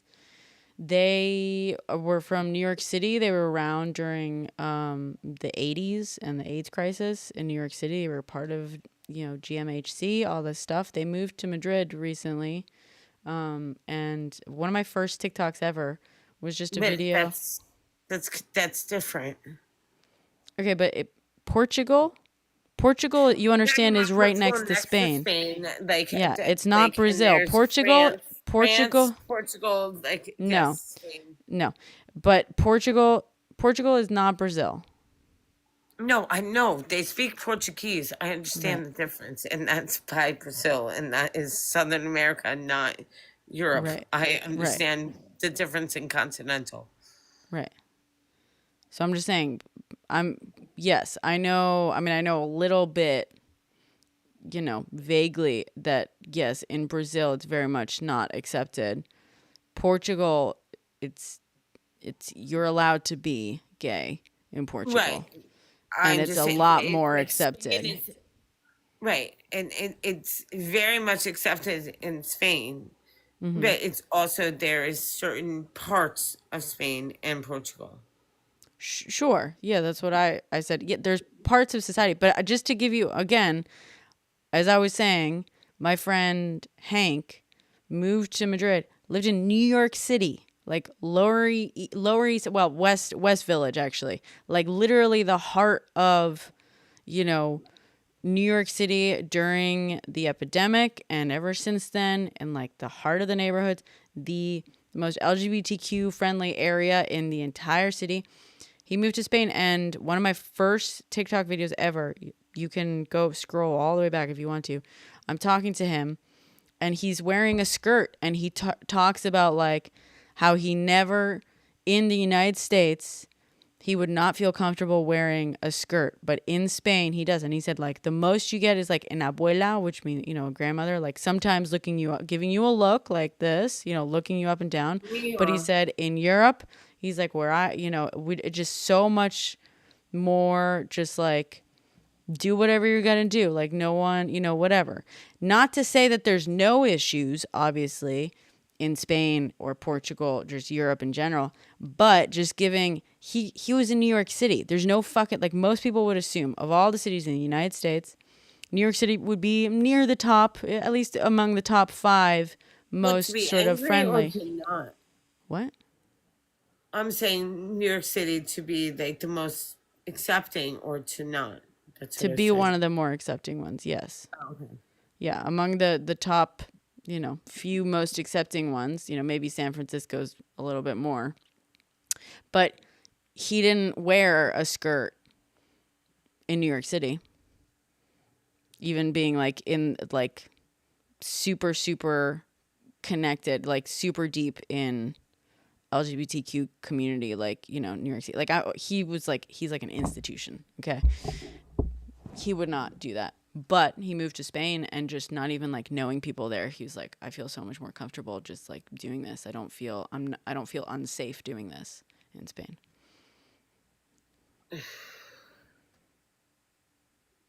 I hate to say this, but there's a difference in wearing a skirt in New York. And you know that. Yeah. Is it more about the art and wearing the skirt as an art? Or is it more about wearing it as a statement? No, he's just wearing it as a choice, as a personal choice. No, I'm not asking that. And I believe that. And I am pro-choice and I am pro-art and I'm pro-everything. But I'm saying that there's a difference. Is it super short? Is it not? Do you get what I mean? There's a difference. There's a difference in New York between it being super short or not? No, I'm saying that there's a difference in it being whether or not it's a statement or just you being yourself. Right, and I'm just saying he's just being himself. Then I love that. Right. It's hard for me, like, we both live here. We both live in New York. And I love everybody, and I am bi, and I don't need to even say that to anybody because it's no one's right to even effing know it. You know what I mean? I don't care if anybody knows it or not. But it's hard for me when I've lived this for such a long time, and I feel like now it's being made a statement instead of just us being ourselves. Who's making it a statement? The world.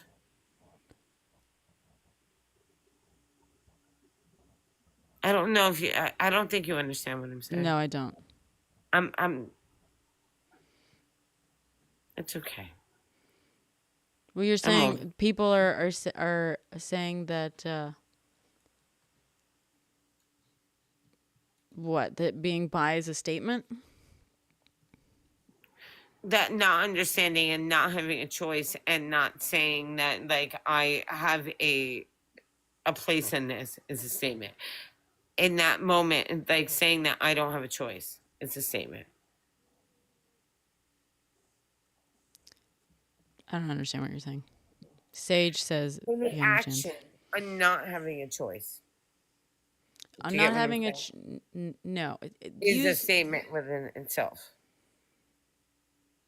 We've had an argument. I love you. You know that. I'm not arguing with you, Cynthia. It's just I feel like you're being like purposefully just like not clear. It feels like you're dancing around actually using the only word I asked you not to use is the S word. Just use S, and if you have to use the S word, you know what I mean? Like, I'm not sure why.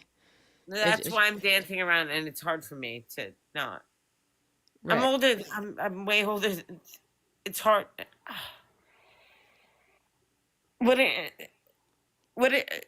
I've been as being somebody who has been bisexual for so long and gone through that, and then for everybody to have an opinion and then say that I don't have an opinion because my I've been taught, like, what I've been reading lately is that I'm not allowed to have an opinion because it's not right and it is not appropriate.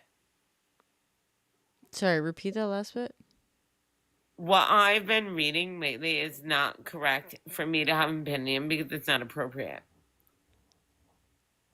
I don't know who's saying I that. think you're reading some not good stuff. Yeah. I know, and Written by that's some and it not nice scares. people. Yeah. Yeah, If it's being somebody who is open-minded and have had this type of feeling and this type of sexuality for so long, way prior to, like, when I feel like it almost hurts my heart that I've met so many people across the world, because I feel like now America, like, they just, like, became, like, aware of it. became aware of Everybody what? of knowing that, like, life is love. I don't think that that's new to America. Okay. I mean, certainly not all of America. No, Maybe I'm certain saying that parts of America. when seeing other parts of. Okay. We're gonna agree to disagree. Okay. I'm gonna go. It's just, I don't know how to explain it. It's okay. I was her, like, being in other parts of the country from being in a same sex, like, holding a hand. And I don't know how else to explain it. Like,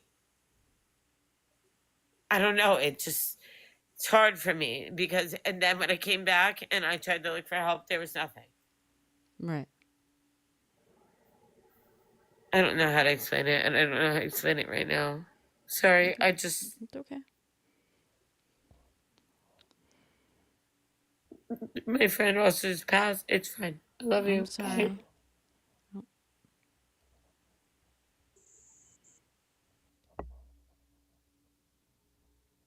I was trying my best to understand, but I'm sorry. I still didn't get it. I think she may be 3 sheets May have to been the gardening earlier. May have been gardening. Yeah. It happens sometimes. It does. It does. That's one of those other, I don't know. It's one of them other things, I guess. Yeah. But it's kind of up the same alley of things we were talking about. You know, whenever you find people that are anti-LGBTQ plus and blah blah blah, blah, it's always the religion that does them that way. Yeah, religion, and I think religion is obviously a more obvious path to it. Okay, I'm sorry, Cynthia. Okay, Cynthia, sorry. I'm sorry. All right. Ay, ay, ay. Yeah, sorry. We were just struggling to understand what you were saying, Cynthia. I'm definitely not good at picking up on cues. Just, take care of yourself tonight, Cynthia.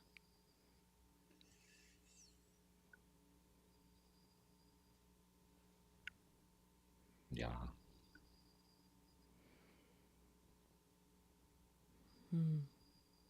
Someone came in here earlier and said everyone's a little lost. Funny enough.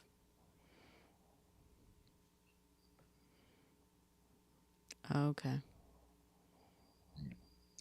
Gotcha. Yeah, that I'm sorry. sad. It really is. That's the reason why I don't know. One of the reasons why I've been trying to do away the best I can with the religion thing for so many years. Yeah. It causes so much trouble.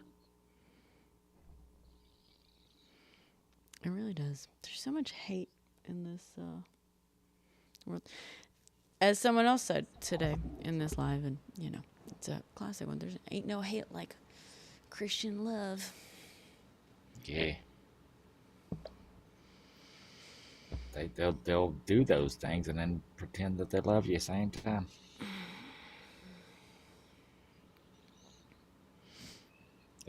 Like you always said, they don't follow their own book. They're not very Jesus-like. Yeah, exactly.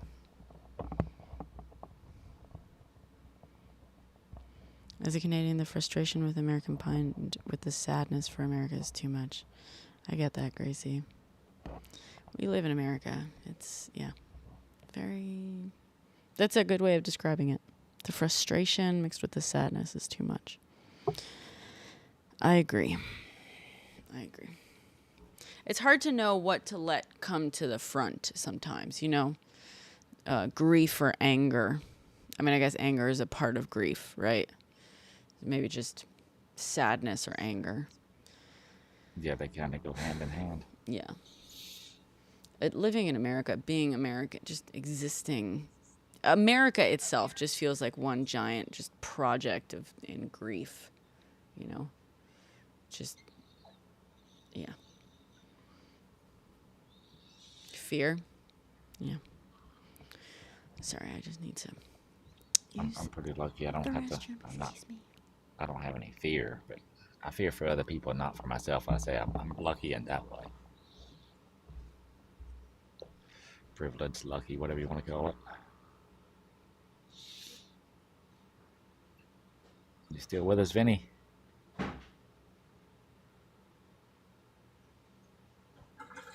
I am. I was just doing some things. Sorry. Oh, cool beans. I didn't know if it works. I didn't know if it was okay to chime in during that last convo. I'm still new to Brenna's account and, lives itself, so I don't know what the etiquette is. Yeah, I still struggle with it too. It's a new thing. I'm still not used to it.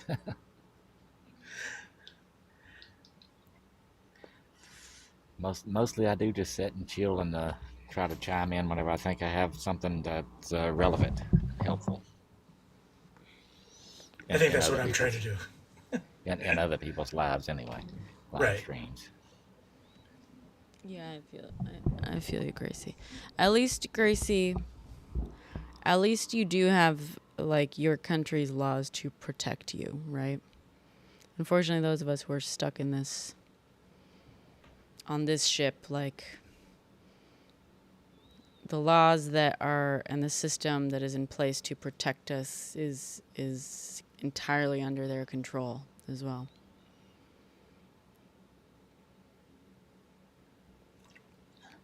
No, AI won't save us. AI will not save us. I was having an interesting discussion with Philippe earlier tonight about the questions, like certain legal questions behind AI, where, and like how much it's going to replace humans in like creative things, fields. He was talking about like a podcast that looked at like a musician and AI who's like, oh yeah, it's going to entirely replace us basically. And it is funny, Tiger. Yep, and then they'll say that people are too lazy to work because, those jobs won't be available for people anymore, but they'll blame it on people. They'll blame it on people, yeah. But we were talking about, I was like, well, technically, he was like, oh, AI is going to replace like all creative, all humans, like in creative, things. Basically like all composers for films, for example, right? And I was like, yep, yeah, unless we stop it. And he was like, there's no stopping it. And I was like, I mean, like legally, unless, and I was like, I agree. It's not going to happen. There's not actually going to be any sort of like legal protections put in place because America and capitalism and, all this stuff. However, I was like, technically they could, make some laws and stuff. And he was like, well, then it would be like a First Amendment thing, to like limit, the usage of AI and stuff. And I was like, well, technically, and this is where the interesting sort of thought experiment happens, right? I was like, technically, if they appeal to First Amendment protections on behalf of AI, I was like, AI generative AI is not protected by the First Amendment, because AI is not a human. It's just a program, right? And he was like, yeah, but you could argue that if you're using AI as a tool, so if you're using the AI to output something, you know, then it's your First Amendment right to use the AI thing. And I was like, but also you could argue if AI itself, firstly, the entire point of generative AI is that no, it is not the output by the human. It is basically, yes, you can input prompts and stuff, but like outside of maybe copywriting the prompts and maybe trademarking or copywriting the algorithm itself, like the whole point of what supposedly sets apart AI from just like any old algorithm is that it is generative. And if that is the thing that is generating the thing, I think that at a certain point it ceases to be my, as the operator, as the input person, my free speech. However, if you were to treat AI generated content as being covered by the First Amendment and free speech, one could also argue that then it's also technically beholden to the limitations of free speech. And one could argue that by being trained on other data and having all of its outputs be a conglomeration of its training data set, then the people who were responsible for that data set, their right to free speech has been abridged because they have not consented to their speech being used in this other way, technically, whatever. It was just like an interesting sort of legal thought experiment of like, would AI be covered by... I would argue it wouldn't. I would argue that if you're going to consider AI generative and trained on other data, on like other, people's whatever creations, whatever stuff, it ceases to be a person's speech and it is officially a program speech, which means it is no longer covered or protected by free speech. So you could limit its usage and that would not be a limitation to free speech. But if you were to consider it free speech, then I think you would have to consider all of the training data that it was used, that it used as part of the speech. And in that case, is it technically compelled speech or does it technically, you know what I'm saying? Whatever. I was just at a conference in London for film and television. It's one of the biggest ones each year. And they had panels for AI. I didn't go to all the AI panels because it was so incredibly infuriating. I think there's two things that need to be said here is like, if it was such a good thing, why are they pushing it so hard, trying to convince people? And when we were sitting on this one panel, there was this woman and she was talking on the panel and her thing was, I wasn't in mainstream film and television, which I am. And she goes on to say, so we have cut our staff down by 20%, and we have also been able to cut our costs by 25% or something. And then she went on to say that even writers will become obsolete. And I thought to myself, this is insane because right now, like we all know, AI is racist. And when they tried to correct the racism, it became COVID racist, right? Oh, wait, I don't know about this. What do you mean by COVID? I mean, covert. Okay, yeah. Sorry, covert racist. Yeah, okay. And so when I brought this up, because there was a question, it was crazy to me that nobody had brought this up. So when I brought it up, her response to me was, well, it's your responsibility to train the AI or tell the AI not to be racist. I'm like, that's literally impossible to do when the AI is studying not only like history books, it's studying what think people write on the internet, it's studying biased media. So you're asking such a small percentage of people. And we talked about laws as well in another panel, but you can't when you would have to have the entire world agree upon the same laws to govern AI for what we see, because YouTube has think of how many people are on YouTube creating things. Yeah. So you can't stop Americans from watching that. You can't stop Canadians from watching that. The fact of the matter is laws would have had to been created before they even started AI. And also when you look at AI, it's an open source. So anybody can program things into AI. So I think it's going to be super problematic. I don't think they have a plan for when bajillions of people are out of work because of AI. And like, I don't think the billionaires have thought about it, because if they go to like robots and AI, who's buying their stuff if they don't have money because they don't have a job? I agree, Gracie. Okay, you're fucking preaching to the choir on this, and I'm so glad you're saying this without prompting, if I may. I'm sorry, I just got really excited because I swear to God, 5, 6, I don't know, several years ago, I was saying this before we really got to this point where people were like, you know, the AI revolution, like before that was really like kicking off, before we were having the current conversations that we're having about billionaires and stuff. Like, I was meeting with like a financial planner, I don't fucking know, you know, some financial manager, whatever.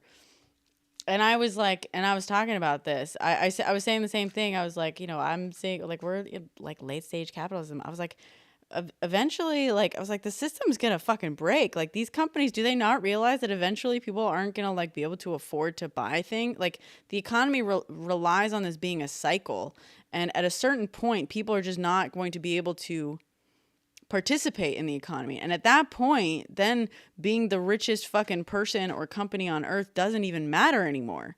It doesn't matter if you don't have people capable of buying your product because you have successfully avoided paying them at all. You know, like, what's the plan for this? Well, No this one has is a the fucking question. plan. Yeah. I mean, I had that question. I said, what's the plan? I go, but the thing is if you're expecting AI to write authentic stories and AI is covert racist, you're not getting authentic stories. Right. Like, it's literally impossible. Yeah. But I don't know if you saw a couple weeks ago, I think it was Adidas came out with a completely AI generated commercial, and it's got people in it and flowers. And really visually, it was super beautiful, but it felt really hollow. Yeah. Right? Like, I think that there is, and I'm not saying this just because I'm in the industry, because there are a lot of things wrong with the industry. Yeah. Especially in North America. I'm in the because of industry as well, by the way. Yeah. Yeah. So okay, so you understand. Yeah. Like, look at what's happening in the industry right now. The reboots that are happening right now are insane. Like, I just heard they're gonna reboot Scrubs. Why? Are they We can watch the entire 9 seasons on Disney Plus. Yeah. Like, the reason why YouTube does so well is because of all the authentic things, and that's what the younger generations want to watch. And to hell, like, I'm Gen X, I would much rather watch those things. Yeah. Like, I don't need to rewatch Scrubs. Right. Like, I've seen it once. I don't need to rewatch Seinfeld. I don't need to rewatch Gilmore Girls. I don't need, like, and most of these shows were extremely problematic. Like, let's be honest, when you go back and watch them. I mean, I'm gonna say they're products of their time, right? Like, exactly. They're products of their time. Yeah. And so I think that the idea of that AI is going to come in and write these authentic stories is crazy to me, because when you or at watch least AI just now, like new things that adapt to the times. Yeah, because AI is going to be training on everything from before. I think, humans are innovating too quickly in terms of like the ideas, because we've democratized so much of like discourse and stuff, both to our benefit and detriment, of course. I think. But I also think AI is one of the reasons why we have so many problems in politics. Why it's impossible to talk, because like sometimes I see pictures and it's like the very like studying them, looking to figure out if it's AI or if it's real. Some of these pictures, man, I'm like, what? It's crazy to me, and I think that this potentially could be our downfall. Oh, absolutely. I think that if we're not careful, there are ways, I'm sure there's ways that we can have AI and it could be, but because people want money so badly, I really truly, like, just seeing the panels that they had. And the crazy part is we're there, and one of my friend was in one of the AI panels, and they're talking about how they couldn't find any diversity to come sit on the panels. So basically every AI panel was like white panelists. And then somebody put up their hand and was like, well, I'm an AI. And this was like an East Indian person. No one asked me. So like there's also like that thing of like, well, why were all the panels white? Why are you trying to shove AI down our throat? Why are you making it out to be so much greater when everybody's like, hold on a second? Like, yeah. How are we going to make this safe for everyone? Because right now I don't feel that AI is safe for everyone. The original AI programmers were all white males. Yeah. Like, you think they're going to write code and Well, and program just AI to and benefit women or people of color?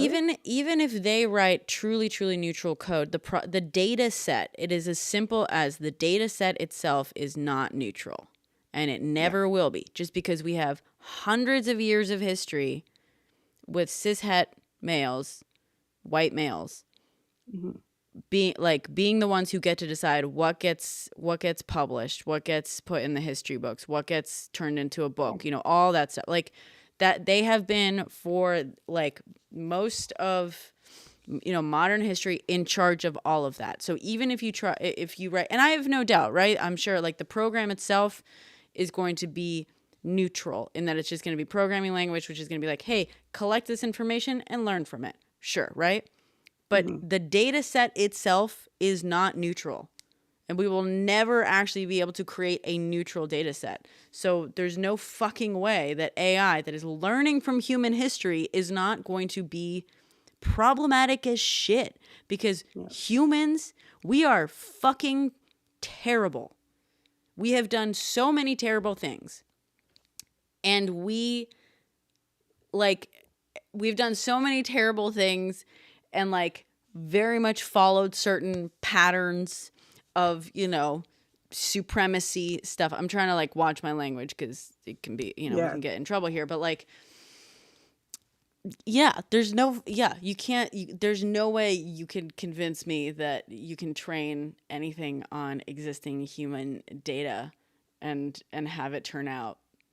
Well, I mean, the victors, the victors will always write history to make themselves look good. And I'm not saying, and like, I really want a preference. I don't think white people have done everything bad. I don't think white people are inherently bad. No, I don't sure.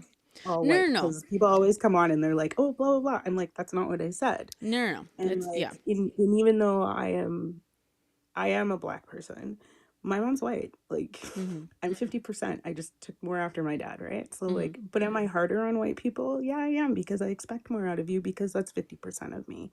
And I think the biggest problem is the people that are really into this AI are not diverse. You don't have women there. You don't have like top head women. And seriously, when I was at this conference, because I was at Content London, which is a great conference if you ever get the chance to go, but like, sitting there and looking at every panel of an American company that came, Disney, MGM, they were all white males sitting there talking.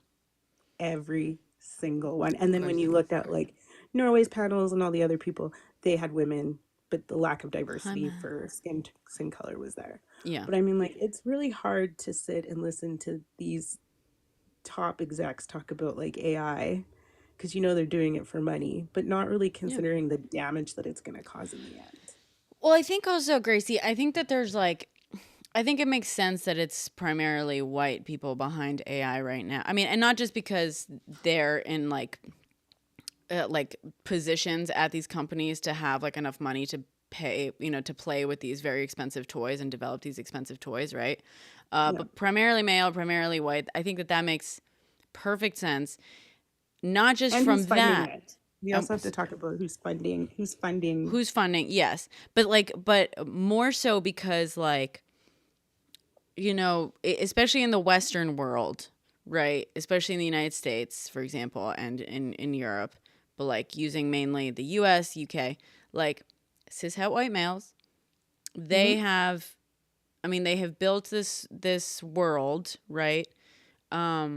It's not as simple as like they have like dominated this world, but like they have built this world in their image, in their everything. The next frontier for that group of people, it's like it makes sense that like they're like, okay, well, we've conquered everything. We have had control over everything. What's the next fucking frontier, right? So they go to AI. Whereas like other people, not just, and obviously, again, yes, the funding and the access to the resources to go and like develop AI is a thing. But like women are still trying to like just get fucking equal representation in just normal ass workforces, right? People of color are just trying to fucking get equal ass representation in like your basic, like on just like level, you know what I mean? Like the existing levels. But if you are part of this, like very much the dominating demographic and that has been, you know, for hundreds of years, the next frontier is beyond that, is going to exist. So of course, you know, that's how I kind of see it. But when I look at who's funding it, like I believe when you get money from somebody, it comes at a price. Sure. So if a bunch of white males or a heavily white government or whatever puts money into AI, they're going to expect AI to benefit them. Mm-hmm. You know what I mean?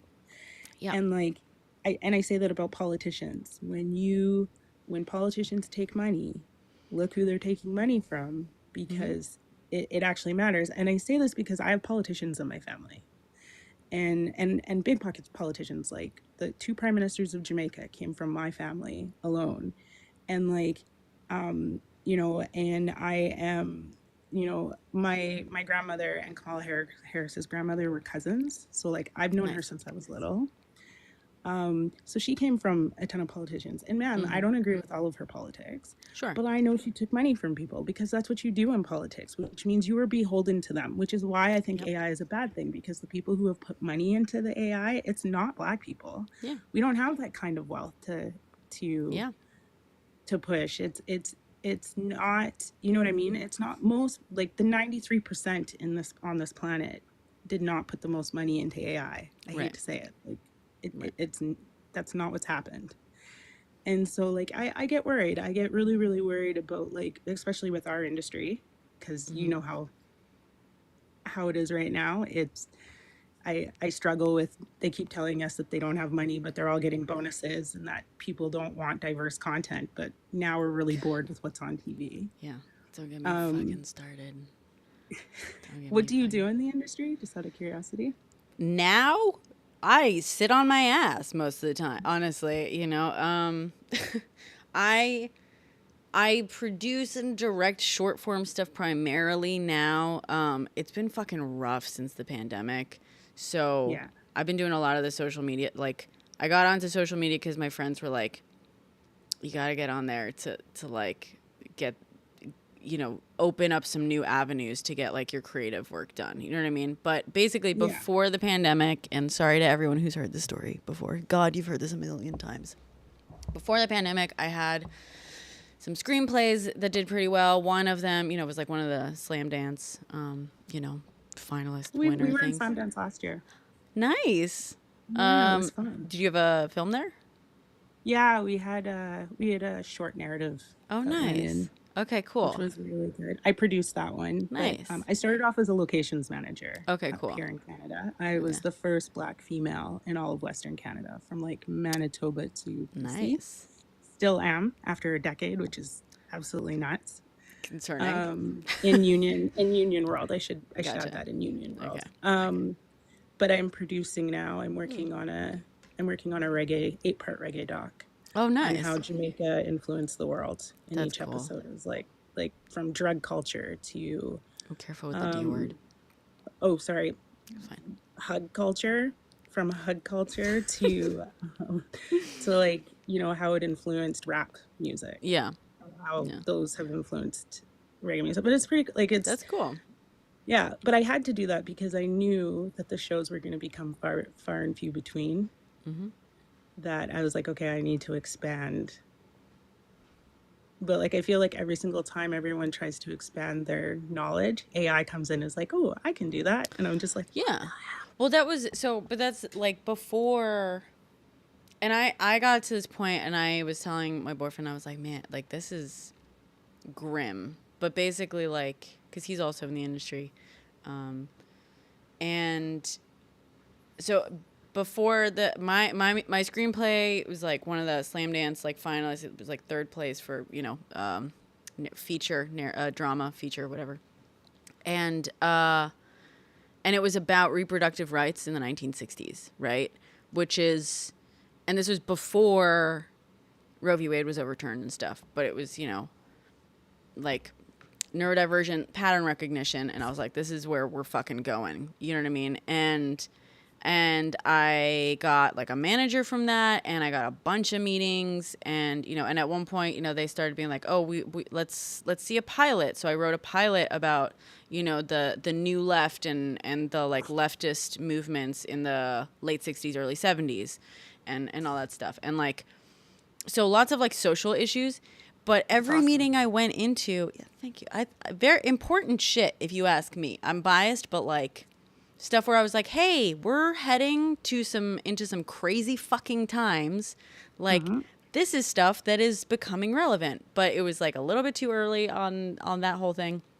But also just like every meeting I went into, I was told, like the producer or the executive that I'd be sitting across from was like, this movie has to get made. Like, I read this, I cried. This is, one of the greatest fucking screenplays I've read all year. Like, I know it's well written. It is a good story. I know that. And it's an important story that has yet to be told. And it was like mostly women, but not just women, but just people being like, this is a really fucking important story, and this is a good screenplay, and this needs to get made. But my boss with the money, or the guy that would get the money from is like, you gotta go outside of North America though. Like that's why I went. That's why I've been in Europe. I couldn't get what I wanted. Like I couldn't get the reggae doc made here. Yeah. Like in North America. So where did you go? I went to England. And I met with a huge distributor that was like, this has to be made. I'm introducing you to this guy from this channel. Oh, that's amazing. And now it's going to be made. So I mean, like there is opportunity if you leave North America. Like one of the biggest things that were being said, which I think is crazy, because in North America everyone's like, we gotta cut our costs. And not just in our industry, just in every industry as a whole here in North America. But when you go overseas, they're all buying. Yeah. Not just in our industry, but they're just buying in like for some reason, they're still figuring it out and moving on. Where here, even in Canada, we're very much like America. Oh, we got to cut our budgets. We got to cut this. We got to cut that. And, they're saying, and I'm also an architect. Before I came into film, I was a historical restoration architect. So I do anything over 400 years old. Oh, that's so cool. So even my industry here in North America is like, we got to cut our budgets. We got to build cheaper. But you go to Europe and they're spending the money. Yeah. So, there's definitely, there's an issue here. And that's why I tend to go to Europe now. Yeah. And I'm spending the money to go to the conferences and learning what's going on over there. And I think in general, for anyone that's struggling to work here, or find jobs, they really need to go look in Africa and Europe. Yeah. Like there is a definite decline that's happening in North America. Yeah. And for anyone that doesn't think there is one, it's just mind-boggling. Yeah. No, and I've been pushing, like any young person, I'm like, leave, you can always come back. Yeah.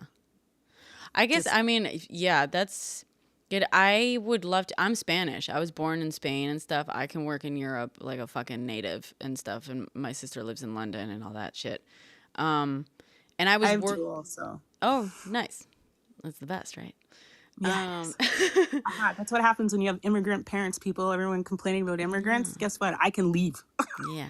I'm a fucking immigrant. I can leave. Yeah. I wasn't born here. I can leave. I can skedaddle. I was born in Canada, but my parents are like, I have Jamaican, Bajan, and British. Nice. And Canadian. I can go to any of 4 of those places and I'm just fine. Nice. So. But that's it. But I don't have. You should draw me a DM because I have questions of like I would love to just show the fuck up in Europe and stuff. I had a few contacts in Europe, but mostly in the advertising side of the world, and everything got super slow for them as well. And so Europe's picking up, just so you know. And I went to the TV festival in Edinburgh in August. So if there's any creatives on here, I'm just telling you, that festival, amazing. And also, then I was just at Content London. I do TIFF every year because I'm Canadian. That's what we do. Nice. I went to TIFF a few years. I had a short that I produced at TIFF a few years back. Oh, you're lucky you got in. Last year I watched blades of grass blowing for 4 minutes. I'm like, how the hell did this make it into? Anyways, And then there's the New Directors Fest, but it also like it's 80 euros in Portugal to go for like a 10-day conference. Really? And then if you want to do there are cheap ones to go to, but it does everything from directing, like everything in the industry, from music to directing. And I guess it's like 3 conferences in one. And so we're going this year in June, and we're super excited. But I will drop you a DM, and we can I can fill you in on everything. Please. I just heard from a friend in Europe that they're like, oh, they're expecting for 2025 to actually slow down for the film industry. No, everybody that was on the stage was telling us what they were buying. Okay, that's good. And how my doc is being done is from that conference. And it's not a cheap documentary because you have to pay for all the rights to the music and the talent. And though a lot of the talent's coming on just because I have connections. Okay, cool. Like I come from a very overachieving family, straight up, being honest. I'm not overachieving just yet, but one day. So that's good. Use it. But yeah, we were there where people where MGM and stuff said that they were looking towards 2026 for buying. In Europe, they're like, no, we're buying for 2025. So they're definitely, but also you have to remember in Europe, they do things cheaper. Like they don't. Yes. No, I know. Yeah. They don't pay talent the way we pay talent. Yeah. Like just in general, not even just in our industry, we believe that like having Elon Musk or Donald Trump's name and paying for that name is going to get us riches and fame. That is not how this works. And I think that we have been scammed in North America, because I believe Canadians as well have been scammed in this way, to believe because, you have Tesla written on your car, or you're working for Google, that there's some sort of status. Right? That I don't think equates to really anything, where you go to Europe and they don't need those names, and you can still do well. Yeah. And you can still have a healthy life. I preferred living in Europe. I hate to say it, because I prefer living in Europe too, for sure. I was guaranteed 3 weeks of holidays every single year paid. You don't get that in North America. Everyone's afraid to take time off. Like when I take a month off from the film industry, I'm going to Ireland for a month. People are like, aren't you worried? I'm like, no. It is I need to, what I'm worried about is becoming an angry Black woman. That's what I'm worried about. If I don't take this break, you're going to see a side of me where, I'm going to fit that stereotype because you drive me crazy. But I think that just in general, being in North America, coming back to live in North America, coming back to Calgary, coming back to Canada, I had completely forgotten the way we live. Yeah. And I hate the way we live. I feel, so watching America right now, like I said earlier, there's a huge amount of sadness, because I think Americans have been duped, and many Canadians have been duped as well, into thinking that this is the way the rest of the world lives, when we are. Or that the rest of the world wants to live this way. Yeah, no. Yeah, and Europeans are so much happier. So much happier. I know. Every time I go back home, I get so fucking sad. I'm like, why don't I live like this? You know what I mean? And it's hard. I know it's I should be able to just pick up and go back, but part of me is I have no film connections back there. And so I can help you. I can definitely. I just want to say to Vinny, the bread is better because they're only allowed to use 15% gluten, where we use 55. So, well, and also sugar. There's so much fucking sugar in bread in America, when it's well, if you look at any, I think Heinz. So we'll take Heinz as an example. I think on a UK bottle, there's only 3 or 4 ingredients. When you go to Canada, it's something like 8 ingredients, but then you go to America and there's 15. Yeah. So there's definitely a food. I lose weight when I'm in Europe, and I drink beer and stuff. I eat so much more when I'm in Europe. And when I'm there, and I don't get bloated or anything. The minute I come home, I'm and everything just tastes better. All the ingredients, chicken tastes like chicken, tomatoes taste like tomatoes. It's the simplest ingredients, and it's 10,000 times more taste to it. Oddly, I'm just I'm reading the comments as you're talking, and somebody's like, American bread is considered cake in Europe. It is. Thanks, Soul Yeah. Fire. I That's think hilarious. if you like, I think the way it's like, because of the ratios, I think technically it would be classified, a lot of the bread here would be classified as cake in Europe. Yeah, but I think just for everyone that's on, I'm Canadian, if you haven't figured that out by now. And because I worked in Vancouver for most of my career, we were very attached to the American people coming up to do their stuff, because it's mostly American shows in Vancouver. And I think that I could see the decline happening so much earlier. No, I mean, yes. And say, like, yes. And it's frustrating because also it's like and I've I have this little rant I've gone on a few times where it's like, the problem with the US just is it's all ROI, and it's all just like historic ROI. So like, as a woman, going and pitching a script that was like primarily women, and it was about reproductive rights, and like, and it's like, it's a thing that like every woman I've ever spoken to and most men are like, this, I would absolutely fucking see this film, and like, this needs to be told, all that stuff. But then people being like, yeah, but the number, like, the people with the money don't think there's an audience for it. And it's like, well, yeah, but the people with the money are people who live in the 1%. Right. Yeah. Have wives, well, and they're looking to watch real wives, like Real Housewives. They want to watch. But that's the thing is, though, like, even like the Real Housewives and people like that would watch something like that. You know what I mean? Like, because I've spoken to people like across the political spectrum who have read the script and been like, I would watch this. You know what I mean? Like, even people that aren't pro-choice and stuff have read it and been like, okay, this is a good fucking movie. You know what I mean? And like, but it doesn't fit the American narrative, right? Because when you look at what's being produced, it's always it's either a war movie, right, where America's the good guy. You can never portray America as the bad guys, and that happens in Canada too, right? And again, preference, I'm gonna say, I don't think that Americans are all bad. Like, just straight up telling people, I do not think that. But you're going to end up with, it's very hard to tell authentic stories, especially if you're a woman. And like, me being a woman of color, getting my foot even into the door is another, like, I'm just even getting into those spaces. Where if you go to Europe, you will find Europe and Africa. In Nigeria, the 10 top producers, 7 of them are women. Oh my God. And Nigeria is Nollywood right now. Keep in mind, Nigeria is going to be as big as Bollywood.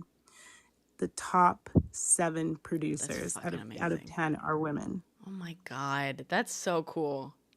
So like, I learned that at Sundance, Sundance, because we went to some of the panels there. But yeah, so like, it's amazing. I think one of the things I try to like preach to younger generations, because of the way we've been brought up in North America, because Canada is different, but not as different as we'd want it to be. I tell them that they need to leave to see how others live and how others are treated. I'm not saying Africa's perfect before anybody comes after me and says stuff, but I also don't think North America's perfect, right? We all have our vices, and we all have archaic beliefs that are ingrained in our governments and stuff like that. But the reality of it all is that I think North America as a whole isn't ready to accept women as presidents, aren't ready to accept women as CEOs, aren't ready for diverse content that could be better than like Friends. You know what I mean? Like, they're not ready to embrace. And it also, but like, a big part of it is kind of, it's like back to the AI problem, right? That it's like, you're training on a data set. So even before AI, like, I mean, you know this, like, in the film industry, it's like, there are these companies that will literally, their entire job is to like calculate how much money, like, a genre with certain actors with this, you know what I mean? Like, will bring in. They'll like take your screenplay and be like, okay, like this genre film with this actor combination with that actress and in these roles will get you such and such like ROI, that, just based on existing films and data. And so that's why, like, but when you do that, you end up just like all you can do is train off of the existing information you have, which is why you end up sooner or Twister later with Beetlejuice. yeah. That's why you end up with the With it's reboots. all just it's all the same with the top what movie, what year was it, like 2023 2022, where like the top 10 films of the year were all like sequels or like or prequels. They were all existing IP, the top 10 films of the year. And like, and that's what happens when you are making creative choices and investment choices into creative stuff based on existing data. You can only end up regurgitating the same shit. And AI is going to do the same thing eventually. You know what I mean? Like, I think AI is already yeah, it's already regurgitating exactly. when you put things in. Yeah. I think But one of so- the biggest things that I noticed is I don't watch a lot of North American TV. I don't like procedure. No offense. I don't know if anybody else is in here and they hate, like personally, I can't stand cop shows. I can't stand hospital shows. I'm tired of I'm tired of the procedurals. Yeah. So I watch a lot of British TV. Like I have BritBox and Acorn, and I typically watch what's coming out on that. And I think that that's also one of our biggest problems is that we don't want to let go of the past. So even when it comes to voting, why would you vote for a woman when we've always voted for a man? Exactly. Like, why would you vote for a person of color when we've always voted for white people? Yeah. It won't benefit Well, us that's if we voting it's for other people, right? Why you would have we vote you in show young up people?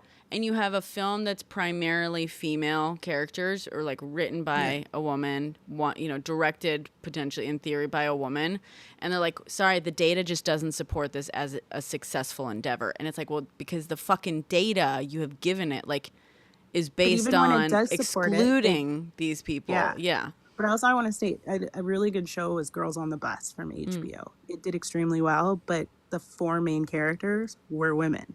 Right. They canceled it after 1 season. So even when the data supports it, if it doesn't follow their narrative, it's out, right? Yeah, and Amazon had a show like that at one point. Yeah, and all of the supporting characters were male. Like it was funny because I watched and I was like, this is a really good show. It's going to be canceled because there isn't a leading male role.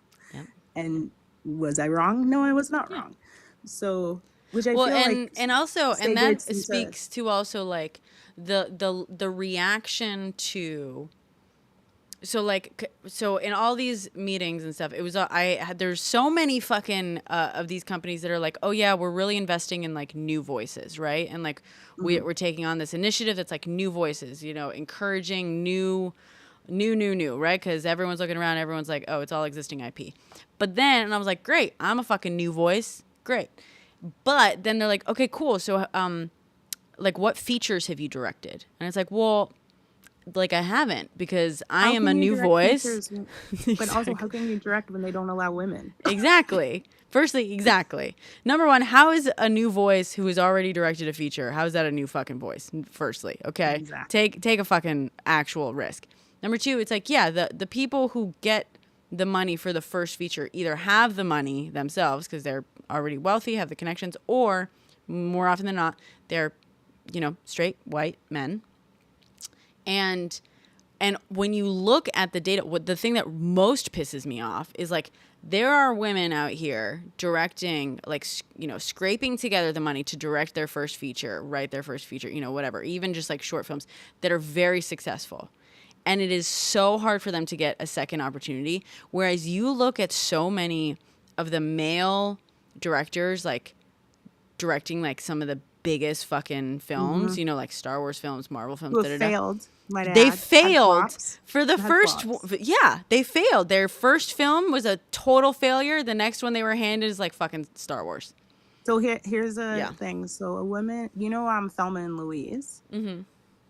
A woman directed that. Mm-hmm. That was like the top box office movie of its time. It took her 10 years to get another directing gig after that. Yeah. So she should have been set. She should have been. Yeah. But she was not. Yeah. Yet men who have failed time and time again just keep getting handed. And I'm not trying to harp on male because there's a lot of great males in the industry. No. Yes. But the there industry is set up for one person to succeed. The fact of the matter is you can look at the people directing the biggest films right now, and more often than not, the first opportunity they were given, he failed at it. And it was a total flop, or it was panned by critics or whatever. And like usually they're given a shit ton of money right up front anyway. Like we're not talking, a few $100,000 like super micro indie, whatever. We're talking millions of dollars for their first feature based on nothing. They totally fail. It is a total flop. And then they're given an even bigger budget 2-3 years later. I wish I could find the numbers, but here's an example. So when they started doing diversity, equity, inclusion, and women and people of color were given opportunities, they were still giving the big budget films to white males, and they were relegating the rest of us into like cheap Netflix, cheap, MOWs, movies of the week, things like that. So there is, I'm also reading the chat, and they're arguing about AI, and I just want to put, AI is influenced by the things that are happening right now, which means AI will never give women and people of color the chances that they deserve. Just like for people that are in the comments talking about the studies and the algorithms, the algorithm is not less racially biased. The fact of the matter is that they've programmed it to I'm trying to think of what the word is when people question if it's racist or not. Oh my God. Where, people are like, are you sure they're being racist? And you're like, yes, they're being racist, but it's done in such a way that people question it, right? And I think that as I'm like reading through, I just want to be like, because we're touching on it, but I also want to just be cognizant of what people are saying. Oh yeah, no, Cottage is specifically talking about a specific like algorithm in terms of judicial sentencing, and not overall. Because but even in sentencing, I think overall when you look at AI, if AI is biased in like just telling stories, it's going to be biased in the rules. I think in Canada right now, and I think some states in the United States, is companies that rent out were using AI to decide what the rent was going to be. And it was extremely high. And so right now, I know in Canada, there's quite a few rental companies being sued for using the AI algorithm that was incredibly racist to how they were pricing people out. So, I mean, like, I think when we look at AI at the current setting, and we look at what is happening in our industry, how do we expect, if our industry of human beings who have feelings and have, you would want to say, a moral compass, know the right from wrong, and they can't even get it right, how are we expecting AI to get it right? I just, for people to put that in context, like, humans are making this, we're not perfect, so we're expecting AI to be perfect. But I wanted to just say also, while I'm on here, I just wanted to say to you, as a human being and as being your guys' neighbor to the north, my fear is the fact that they're talking about coming and annexing Canada, which I'm just like, what? So my fear comes from that, but I really worry about, empires fall. Yes, they do. And it's been over 100 years, and the average empire is 100 years. No, it's 250, and the U.S. is coming up on 250. I thought that the Roman Empire fell at like 125. Like, well, the U.S. is an Ottoman Empire fell. Yeah, but I was just gonna say, like, I want to tell everybody on this, we're here for you, but we also have to protect ourselves. So there's a thing, and with the combinedness, especially in our industry, because I think we feel it from all sides of it, on how we create good content, like what you have with your writing and wanting to do, and not being able to show a different, our industry is the worst for propaganda. Let's just be honest with ourselves.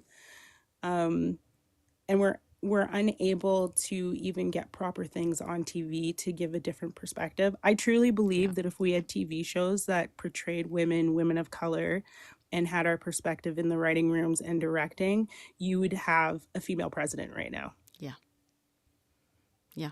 If more of our culture was built on contributions by was, and not just built by like, oh, because women didn't build culture. No, if more of our dominating culture was allowing contributions from more women and women of color and stuff, absolutely, our culture would be fundamentally different. I think it's problematic that what is perceived or was perceived, I think a lot of people are questioning it, as the greatest nation in the world still hasn't had a female president, when you have African nations that have, and you've had European nations, you even had New Zealand and Australia that's had it. Canada's had one by default. We haven't actually voted one in, but we've had one to sit in the hot seat. I think that I feel like that's what PBS in America tried to do when they fought against. Yeah, I'm really mad about Sesame Street, by the way, when you bring that up. As you know, I think that we are our worst enemies right now. Like, it just not in the sense of I got distracted because somebody said something to me. I feel that in general, when it comes to AI, when it comes to our industry, when it comes to what we're correlating out into the world, we are our worst enemies. We are in this situation because of what we put on TV and what we allow. Yeah. Like, any sane person would have seen AI was going to be problematic and they would have slowed it down, but instead we sped it up. Doesn't make any sense, Yeah. Anybody that, and I'm not biased. I think that America I truly believe in this election that it had to do with misogyny and racism, because you also had Hillary Clinton. Now, Hillary Clinton was problematic, but was she the better candidate because she had more experience? Yes. If we're going based upon experience, then we would have picked Hillary Clinton. I mean, yeah, both candidates, the better candidate for sure. Yeah, Hillary, and they better. were both women. Kamala, better. Both problematic in their own way, right? But what politician isn't? Yes, what politician is? But also, I mean, in a contest when like up against Donald fucking Trump, there's no contest. You know what I mean? Like, that's what's fucking crazy. What made me mad about Donald Trump is he says that he's not, what does he call himself? Because he's not a career politician. That's a lie. Donald Trump tried to run in 2000. He thought about running in 2014. He was going to run in 2004. I'm sorry, but like 2012. Can we this idea that he's not a career politician, but it's like, okay, at least now we're seeing it completely out in the open. But like most people have known for a very long time that the U.S. is basically an oligarchy. Like, you don't have to be the guy running, in the elections to be a politician. All you gotta be is someone with fucking money who gets things done for them through governmental things, because that just means that you're whining and dining and you're wheeling and dealing and you are paying the money to the people that make the decisions. Like, that makes you part of the political machine. The fact that Trump has been part of, is as wealthy as he is, obviously, debatable exactly how much is real wealth and how much is just like imaginary, of course. But the fact that he has been out here for decades dealing with, buying possible people runs. Off, yes, and actually trying to put in a run where he got like 15,000 votes in one of the ones and then dropped out. Sure. Like, to say he's not a career politician is just like really mind-boggling to me. I'm like, the man. To just say that he's like a wealthy person in America is not a career politician is not, because, but like Jeff Bezos will never run for office, hopefully. But that guy's a career politician. I mean, he's as much in politics. He's a fucking lobbyist. I mean, maybe he's not the lobbyist always, but like, yeah, he has his hands, I would say, more so in politics than half of fucking Congress, right? Like, he is more actually involved in the decisions that get made for this country than half of Congress is. And Peter Thiel, same thing. They'll never have a petition to happen. Don't get me wrong, there are Prime shows that I love, but one of the worst things that could have ever happened in the film industry was getting Prime. And I say this because I was without 1 year without a contract. We always had really easy negotiations with America for our contract, but once Prime entered, once Amazon entered, they didn't want to work with us for over 1 year until we said we were going to strike. Right? Yeah. So like, because they don't like unions. And as a Canadian, that's really weird because we're very unionized up here. Everybody is part of a union pretty much if you're, working in a corporation of any sort, or, or in our industry. And that was my first taste of Americans that were not politicians dictating things that I was like, wait, why are you so invested? Oh, because we make you money and you don't want to pay us. Got it. Got it. So like when I think earlier you said to me, oh, but you guys have more laws for protection. Europe has the best laws. We have some, but we also have a conservative government that really loves the American model. I just meant more. I just meant more, Gracie, that like Donald Trump, like that Canadian laws, like Donald Trump can't actually stroll into fucking Canada and do whatever the fuck he wants. He shouldn't. He shouldn't. Well, technically, he can't even enter Canada legally. Technically, because no, legally he can't because he's a felon. Yeah, so exactly. But technically, like legally, he cannot imprison people who disagree with him in Canada, for example, right? Yeah. Because Canada has its own set of fucking laws. Canada, even if there's like a conservative government, even if like whatever, there's like Canada's MAGA or something, is whatever. I agree with you. He doesn't have that power. We arrested a Chinese female. What was it? Away, the Ai Weiwei? Mobile company out of China. Yeah. Huawei. When Donald Trump was in power, Huawei. When Donald Trump was in power, we had some sort of deal. We have a deal that we will arrest people that they're trying to arrest if they're on Canadian soil. So there's extradition. Huawei's daughter. Yeah. Nope. Sorry. Was that you? Yeah, sorry. That was my live. So we ended up arresting her, which caused massive rifts between China and stuff. And then Trump acted like he had nothing to do with it. And we were all like, in Canada, we're like, what the hell? You just put us out to dry. But as for Canadian citizens, no, he can't. Right. But well, there's extradition treaties, but in the same way that there's the extradition treaties go the other way for Canada as well. If technically there's like a criminal wanted in Canada, the US will like arrest them and extradite them, to Canada and stuff. But yeah, in terms of like political dissidents and shit, technically like, yeah, he can't. I mean, we'll see. That is an interesting question, right? Like what are the other countries going to do if he ever issues an arrest warrant for someone who's just a political dissident? Like, Will countries with extradition treaties like actually go along with it, or I question it now because I think if it was like a Biden thing potentially, but so many countries are so unimpressed with him right now.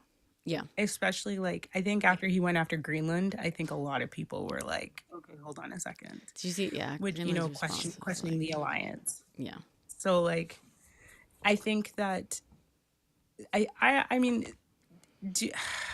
I feel really bad saying this because I have a lot of American family, but I told them last year, I was like, if Trump gets in, I hope we build a wall. I think it's time. Like, just, I worry. Like, I feel much better talking to you, by the way. Although I do see that there's 3 other people on this live and they haven't said anything. Yeah, sorry guys. Sorry, gents. Which you guys can totally cut in at any point. Like, I just, it's such a big struggle on how much we help you and how if we should walk away. Like, because I do feel that, with China saying there's going to be 100% ban on natural minerals coming into the United States, like where is he going to get them from? Well, it's not it's not all natural minerals unless you're talking about something different. Certain ones. Certain very specific like heavy metal things. I think God knows the specific actually. But yeah. But that makes me nervous, right? It makes me nervous because where does he get it from at that point? Well, he's going to have to. He created our deal, our international trade deal between us, Mexico. He made us change the name. He fought for certain things that we didn't want to give up, which we ended up giving up. And now he's saying it's an unfair agreement. Yeah. That was his agreement. Yep. Yeah. So like, I think for Canadians, we're just really apprehensive because we're like, okay, we caved to you last time in certain aspects. Now you're talking about coming and invading Canada, making it the 51st state, wanting to name Wayne Gretzky as the governor. Like, seriously, like The guy's fucking has dementia. He's fucking yeah, and he's also like I'm hoping that Canada like does what Mexico's president handled him well. You what? High fives to her. High fives to her. Yeah. Super high five. Yeah. I think she handled it perfectly well, right? Where he was like, we're going to fucking put a bunch of tariffs on Mexican shit. And she was like, all right, we'll tariff you right back. And I think people around him were like, dude, you can't, like, we import so much. We looked it up at the time. It was something like 75% of like American produce comes from like Mexico. Yeah. And they were like, I think the people around him were like, dude, you can't, like, this is really, really bad. So he hopped on a call with the Mexican president, and I think she also kind of explained to him, like, listen, you do it, we'll do it right back. And I think she kind of probably explained to him how the world works and was like, go ahead, go right fucking ahead. Like, we can wait you out more. You know what I mean? Yes, that would suck for Mexico because it's a huge portion of their exports. Similar with Canada, right? Like the U.S. buys a lot of Canadian stuff. Right. Well, but it's, like it's bad. It's bad. It was frustrating. Sorry, I was on another live because my friend, somebody I know has lots of lives, and she brought me on. And I said, we need to talk about what a deficit is and what subsidies are. You cannot say you're subsidizing Canada when you're buying goods and services from them. Yeah. You it's can't not say a you're subsidy. Subsidizing Canada when there's only 40 million people in Canada and you're buying for 330 million people. Yeah. Of course we're going to spend less money when you only have 40 million people in the country. So, and to hear Americans laugh and not realize how much power comes from Canada. How much that you get, and then they're talking about, we'll just create nuclear plants. Where do you think you're getting your uranium from? Canada. Like the inability to look and see how valuable your neighbors are, and that you're not subsidizing them.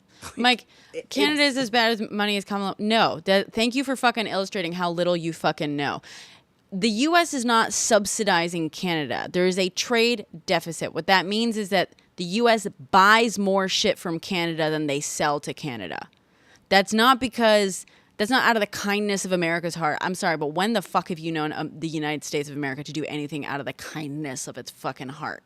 Never. But is my the question answer. is, Mike, this guy that just wrote this, why would you think Canada would buy just as much as America when we have 40 million people? We are not bad with our money, Yeah, Canada isn't bad with their fucking money. We have 40 million people. Why the hell would we buy the same amount as 330 million people? And we're bad with our money? You have no power, dude. Both sides of your country relies on Canada for power. Who's bad with my... You want to know what else is crazy? Every Western nation has universal health care. Yet America, who does not have universal health care, spends more money on health care. The government spends more money on health care per capita. Worse results. Yeah, with worse results. Out of all the Western nations, has the highest birth mortality rate in Western nations by a lot. And you're telling me that we don't know how to manage our money? Like, for reals? Oh my God. Sometimes when I see this, I'm like so dumbfounded that people don't understand that you need to look per capita, because then you can compare countries. No, they just don't understand how things work, and they just parrot things that they heard from, Like, I think that is, okay. Oh my God. I love that response. Universal healthcare is good, but such long waits to see a doctor. So I had a pulmonary embolism 2 years ago. Trust me, I didn't wait that long to see a doctor. I also tore my Achilles about 6 years ago. Surgery the next day. And the only reason why they waited till the next day is because I had to decide if I wanted surgery or not have surgery. So that is a complete farce. And also, Mike, you can actually look this up. It entirely depends on the procedure.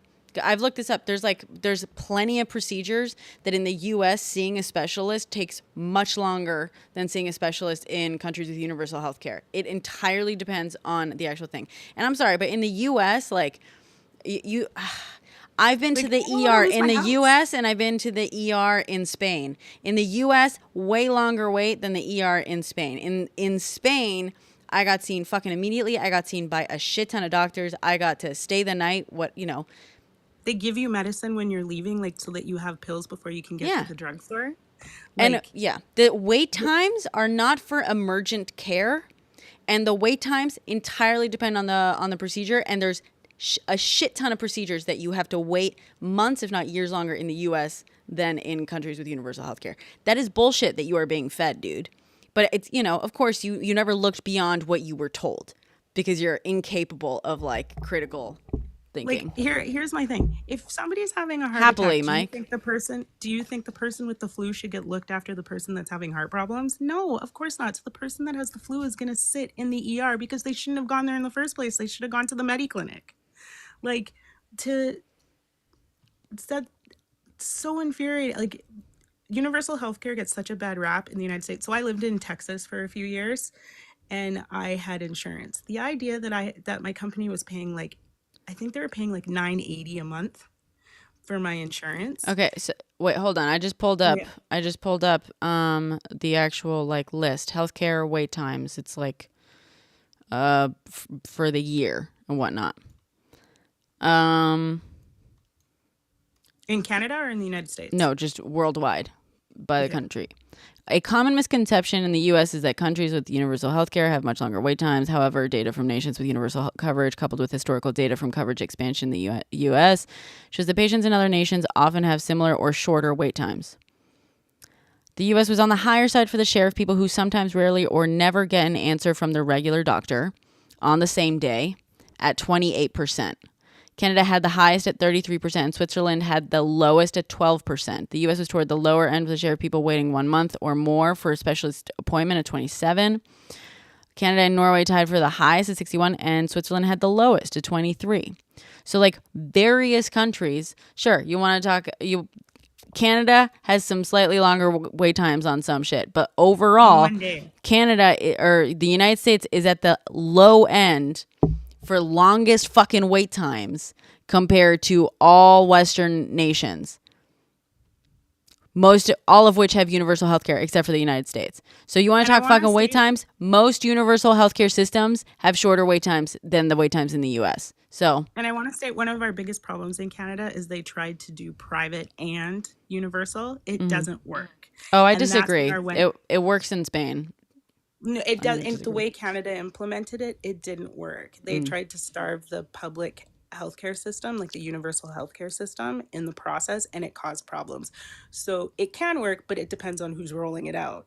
And the way Canada did it, it didn't work. And that's what skyrocketed our wait times, because we used to not be as bad as we are today. And they're still trying to figure out how to balance the two, which is where we are. That's the stage we're at. Although I think they should have just left it alone, personally. Yeah. Ash, that can happen in the US too. That's the thing. That can happen in the US as well. Yeah. So for people who don't understand, but I'm reading, people are like, in Canada, I waited 6 months for an MRI, but was it life-threatening? No. If it's life-threatening, you get looked at first. If you hurt your knee and you can still walk on it, you know what I mean? They're not going to prioritize you first compared to somebody who can't walk on their knee. And again, in the US, they will do the same thing. It is the exact same situation in the US. I realize that we're in a time where people think that they are the most important person in the world, so therefore they should be jumped up to the front of the list. And I'm like, I really question. Oh, Mike, pretending he can't understand nuanced fucking ideas. Okay, Mike. You fucking butthurt because we proved you wrong? Dude, Mike, I'm saying that there are good and bad in everything. Just like I'm pretty sure there's good and bad things about you. I think you can be probably a really shitty person at times, and maybe sometimes you could be a really nice guy. But currently, I think you're kind of a shitty person with your responses. Gracie, you might get dropped by. I might get flagged. Yeah. Sorry, moderators. The algorithm will pick it up as bullying. Yeah. I will not bully anymore. I'm sorry, Mike. But to say to sit there and not believe, like, to go into the belief that something has to be perfect for it to be allowed to run is ridiculous. Well, exactly. And Mike, sorry, but like most people, Mike, are capable of criticizing the things that they appreciate. I know that as a MAGA fucking person, you're completely incapable of acknowledging any flaws or faults in the people that like you cultishly, and things and ideas that you cultishly follow. Most people are capable of saying, this is good, here are the flaws. This is what we have to improve on. Yeah. Like, if you can't look at something and find criticism, then we have a huge problem, because everybody and everything can always improve. That's just reality. I am not a perfect person, so therefore when people point things out that I need to change, then, you know. Yeah. Sorry, I'm just laughing. Cottage. As a Canadian, why does Canada have MAGA? Like, why are we trying to make America great again as a Canadian? Like, come on, guys. Just ridiculous. Like, you know, anyway, so what I was saying, and to Mike, just so that he knows, there are many things I love about our healthcare system, because I am walking today due to our healthcare system, and I didn't lose a house. Yeah. You know? Like, I walked into the hospital, paid no money, left the hospital, paid no money, and then gave me 6 months worth of pills. Even though I work for film, I have an excellent healthcare benefit package. My pills, my medication is covered by 90%, right? So like, it's not like it would have cost me a lot of money to go pick them up anyways. But I'm just saying, like, the fact of the matter is that they fixed me. Like, completely fixed me, and I paid nothing. Yep. I didn't pay anything. Yep. I went to the hospital, got fixed, and left. No bills came in the mail, nothing. I didn't have to worry, like, excuse me, because of how sick I was, because it's a serious thing that I had. A pulmonary embolism kills a lot of people. The fact that I was able to go home and not have to worry about a bill coming and actually just heal, I feel that that's the way to go. So I'm sorry, Mike, if that upsets you, but like, it is what it is.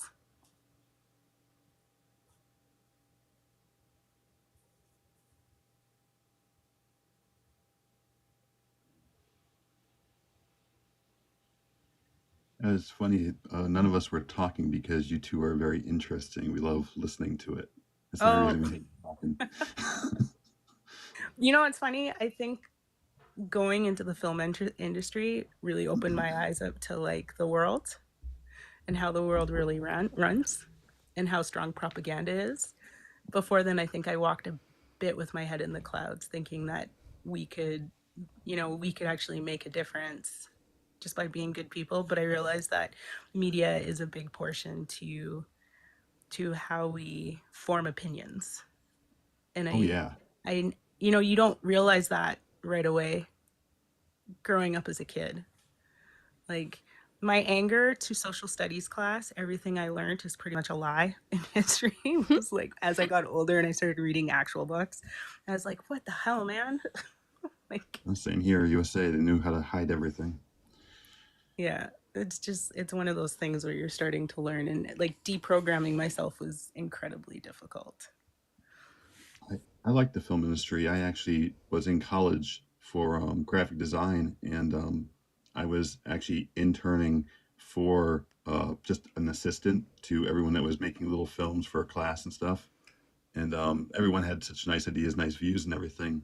So I was interested in it. The only problem was I was already in a degree, and I learned later that my degree was pretty much worthless because no one knew what it was. Because a graphic designer, they think is a web designer. So they make you have both. And I'm like, wait a second. So why is there a degree in separate? You should be teaching them both if you expect both. Exactly. So I just I got messed in the industry. So I went and figured out I wanted to be a writer, but I'm already out of school. So now I have to do all this on my own. So I wish I kind of went into film. After I saw everything everyone was doing, it looked so interesting, and kind of got, I think the greatest part about the film industry is you've got people with degrees, people who don't have degrees, people with different backgrounds, different upbringing, and we're all working together for a common goal to create this show, good or bad. I've worked on great shows and I've worked on really bad shows. You know, worked many long hours, worked with great actors, worked with crappy actors. I think that's what makes the film industry so special, because it's a bunch of people who wouldn't normally work together, working together for a common goal. Oh yeah, you build little communities. I've seen it where people have such good relationships after making a movie or a show, and or they've had such a long history that they keep in touch like family. Yeah, I worked on A Million Little Things for quite a few years, and the transport team. So we haven't worked together since 2020, because we switched shows and went to Superman and Lois, my team, and then they went to a different show. But their coordinator and captains were super close. So when I was on other shows and I was struggling with my transport team, I would call them and they would help me. Like, those are the kind of relationships that but I mean, they also sat and watched the racism that I had to go through and the way people spoke to me, and it really changed their perspective about how women navigate the film industry, because they were working so closely with me. But they're some of my best friends. Like, if I was in a country and lost my bank card, they would figure out a way to wire me money for me to go pick up. Like, you know what? That's the kind of people that I've made. Yeah, that's a great connection to have. Yeah, that are like, because you spend 15 hours a day with these people, right? So when you're spending, you're working on a show for 10 months, when they used to make shows for like 22 episodes or 20 episodes, and you're on a show for 10 months and, you're doing that, you're bound to make family members rather than just friendships. Yeah. And I'm just reading Ash's thing. Yes, there is a lot of racism and sexism in the film industry, and I'm also from Calgary, so I know exactly what you're talking about. But yeah, I hope I think the great part about the film industry too is you can come in and out of it. So like, you can work on a show and then go off and do something else and then come back, if you have the right teams in place. I'm sure. So, because I do that now as a producer, like, I'll produce something and then I'll come back and I'll do a gig and stuff. So, it was actually something I was going to mention, but like I said, again, we were just listening to the interesting conversation. Even if AI does start to take over the market in any way, shape, form, I think women are safe on that level, because you think a lot differently than men do when it comes to approaches and design. So it's only going to pretty much screw up the men.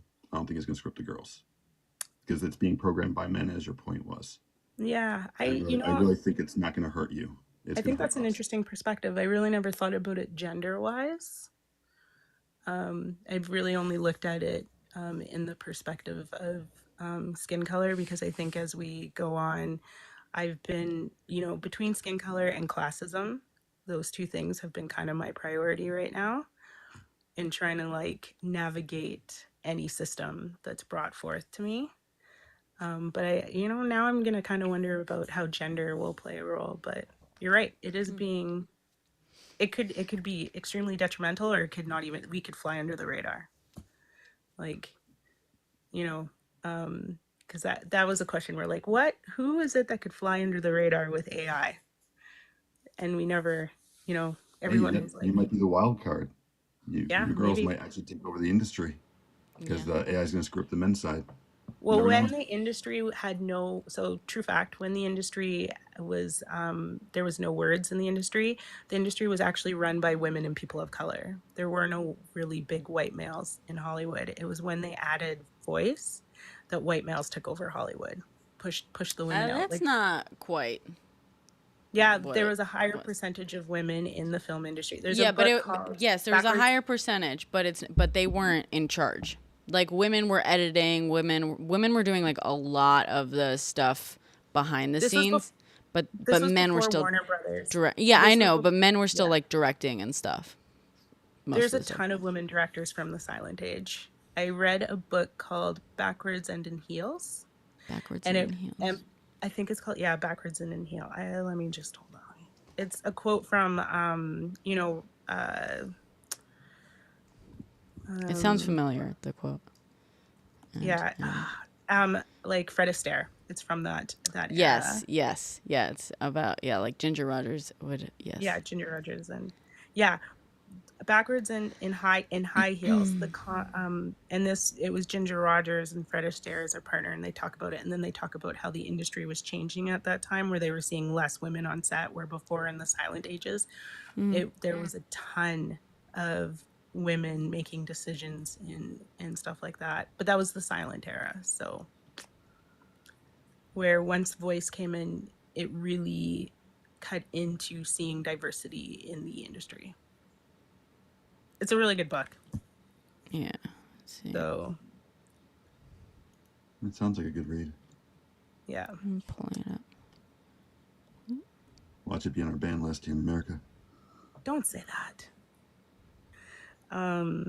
Yeah, so it was like the book starts off talking all about Ginger Rogers and Fred Astaire and how men lead and blah blah blah, but then the book starts getting into stats, and I believe that's one of the books that Gina, there was a documentary that came out like maybe a decade ago now, talking about women in the industry. That what's her name? Gina. She was an actress in the baseball movie. In A League of Their Own. A League of Their Own. You're talking Gina Davis? Yeah, she did a documentary about women in the film industry, and they had the stats on it. I saw it when it first came out.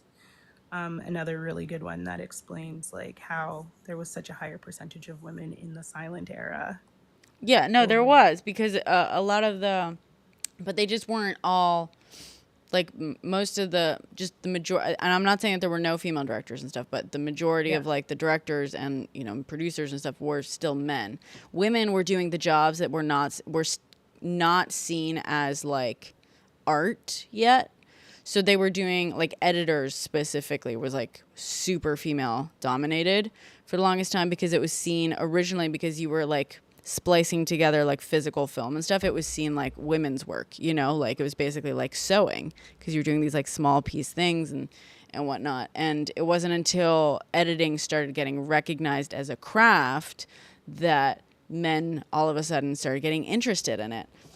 And yeah, women are responsible for the earliest films, because like any filmmaker will tell you, there's like 3 versions of the film. There's the film you write, there's the film you shoot, and then there's the film you edit.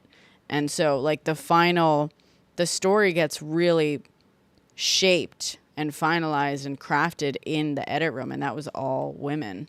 And George Lucas's wife edited, like, saved Star Wars. The entire reason that man is successful at all, and those films are successful, are because of his wife. She fixed it in the edit room. It was apparently a hot fucking mess until she was like, all right, like, let me I heard that he didn't even pay her for it. I don't think she was paid or even credited, to tell you the truth. No, I don't think she was credited. I know I heard this story, but for those of you, between that book and then This Changes Everything is the documentary, and I believe it's on Netflix. Oh, I think I've seen that.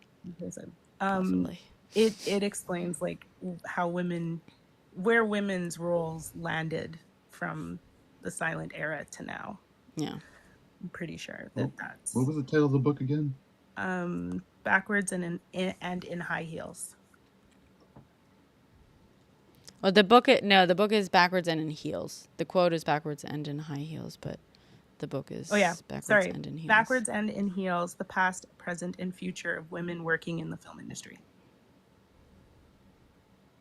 Yep, there it is. Yeah, it was a good read. I really enjoyed it. But I'm a reader, so I'm definitely a reader. I gotta say, I'm a writer, and for some reason people think writers are readers, but not all of them are. But I will read sometimes. I have read books. I read writers' work for.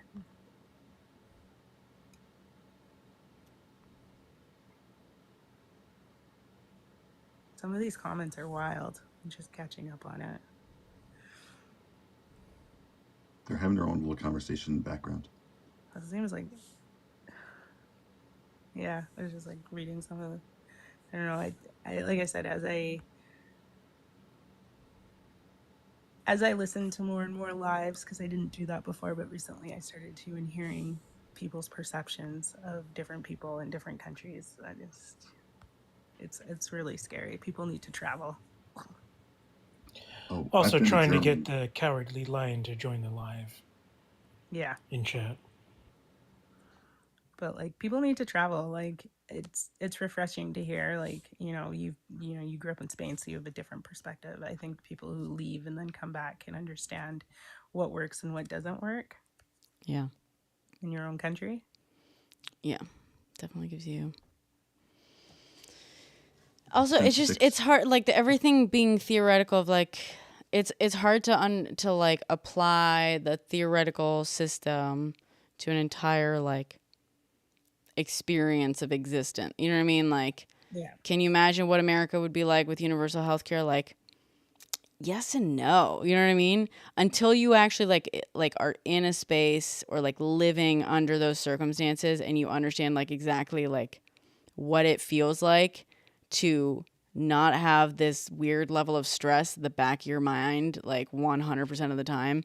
There's no fucking describing it. There's no explaining what the difference would actually be. You know, it's and I've talked about this Why before. do people vote for that? Like, what makes me really angry is when Americans come up here to get their drugs cheaper, because Canada only gets it. Like, the reason why our drugs are cheaper is they've made a deal with manufacturers to buy a certain amount of drugs. Careful with the D word. So a couple Careful years with ago, the D word.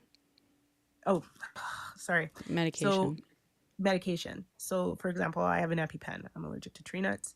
A couple years ago, I couldn't get an EpiPen because we were sold out. I had to be very careful for 6 weeks until a new shipment of EpiPens came in, because Americans were coming up to buy these EpiPens.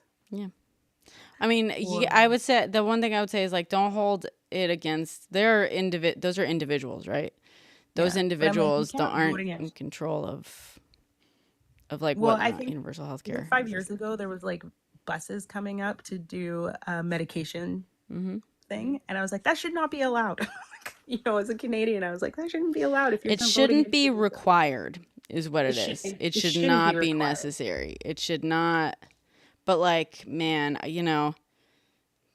even with insurance, I'm fighting a $2,000 bill for not getting seen by a doctor in the ER. I walked out before I was seen by a doctor, and I'm being charged over $2,000 for it. Yeah. Why? Because I gave my name. Because they can. But you didn't get a service. Correct. But I gave my name before receiving a service, and that's all it takes. That's wow. Yeah. It's America. That's America. I'm actually. And that's with insurance, mind you. That's with insurance. So, it's just, yeah. I couldn't imagine. Honestly, it's very hard for me to imagine going in, not seeing the doctor, and then getting a bill in the mail. I know. Like, wow. Yeah. I saw a doctor for 2 minutes. Cost me over $3,000 with insurance. Wow. Yeah. You know what? I don't even know what. Wow. That's insanity to me. Like, this is where I don't understand why any human being, like not just Americans, but any human beings on the planet, like healthcare is like medicine, doctors, healthcare. That's a necessity. It's not that's a right. It's not optional. It's one of the things I always argue with some of my cousins that live in the South. I'm like, guns are not a right. They're a privilege. Careful with the G word. Yeah. Oh, is there not a word you can say? Pew-pews. Yeah, pew-pews. I know, I hate the word pew-pews are a privilege. Yeah. Privilege. Healthcare is a right.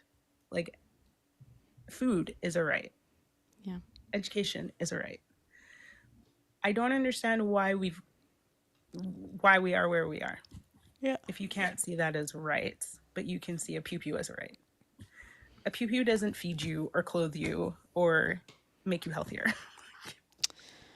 Yeah. I mean, it's very convenient propaganda, right? Like, employees that rely on their employer for their healthcare are a hell of a lot more exploitable. So, like, it's not just it. The problem is it doesn't just come down to the healthcare industry that makes a shit ton of money, and the insurance industry that makes a shit ton of money in this country. It comes down to every industry. Every single industry in this country benefits from the lack of universal healthcare, because all of its the fact that we don't have universal healthcare not only weakens us, like, as individuals in terms of our negotiating power, it also weakens, like, unions. But because when your employment directly determines whether or not you can get hit by a bus tomorrow and worry about the rest of your, like, being bankrupt and that following you around for, being in debt for the rest of your life, you are much less likely to take a risk and maybe quit your job if it's terrible, or fight for, take a stand on certain, like, being treated like shit, or, fight as hard for a raise if you think that that's going to put you on a short list to get canned, when they're making cuts of, like, this person, like, fights too hard for whatever raises, like, let's get rid of them. Like, it just inherently is going to make you much less of an advocate for yourself, because it's just too much of a risk. Not only does it determine, because not only do the vast majority of Americans not have any ability to pay an emergency, cost of over $400, right? But, the majority of Americans, if they lose their jobs, they will like miss either a mortgage payment or a rental payment within, like, a month, maybe give it 2 months if we're being generous, right? So not only is it an insane risk, because you're risking your ability to almost immediately risking your ability to feed yourself, to house yourself, to clothe yourself, all that stuff, you're also immediately putting at risk your ability to see a doctor or to receive medical attention, emergency medical attention at all, not just you, your kids, right? If you have kids, even worse. Like, parents cannot risk that. They cannot risk losing their job if it is what provides their children with health insurance. And yeah, every single industry in this country benefits from the fact that we do not have universal health care. They really all scary. benefit. Yeah. I don't know the statistics, but all Americans also live mostly under credit cards. Yeah. There's a crazy amount of credit card debt, especially now. That's just growing. I think after COVID, though, many Western nations can take that claim as well. That's though true. I think, just in general, I think that put a lot of countries in that situation, like citizens in that situation. And I believe the majority of credit card debt, or at least at one point, was medical costs. We looked this up. Oh, in the United States? Yeah. Oh, yeah. Yeah. Very easy, especially if you have a sick relative. Mm-hmm. Yeah. Thank you, I think Cottage. that like, I try to be optimistic, but most of the time I'm pretty hard on what's happening on this planet. But I think that there has to be a breaking point.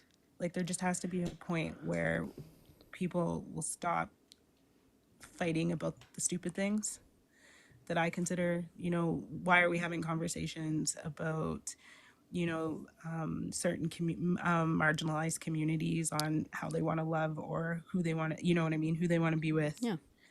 Well, I mean, I know you're saying, I know it's a rhetorical question, but the why, the answer is by design.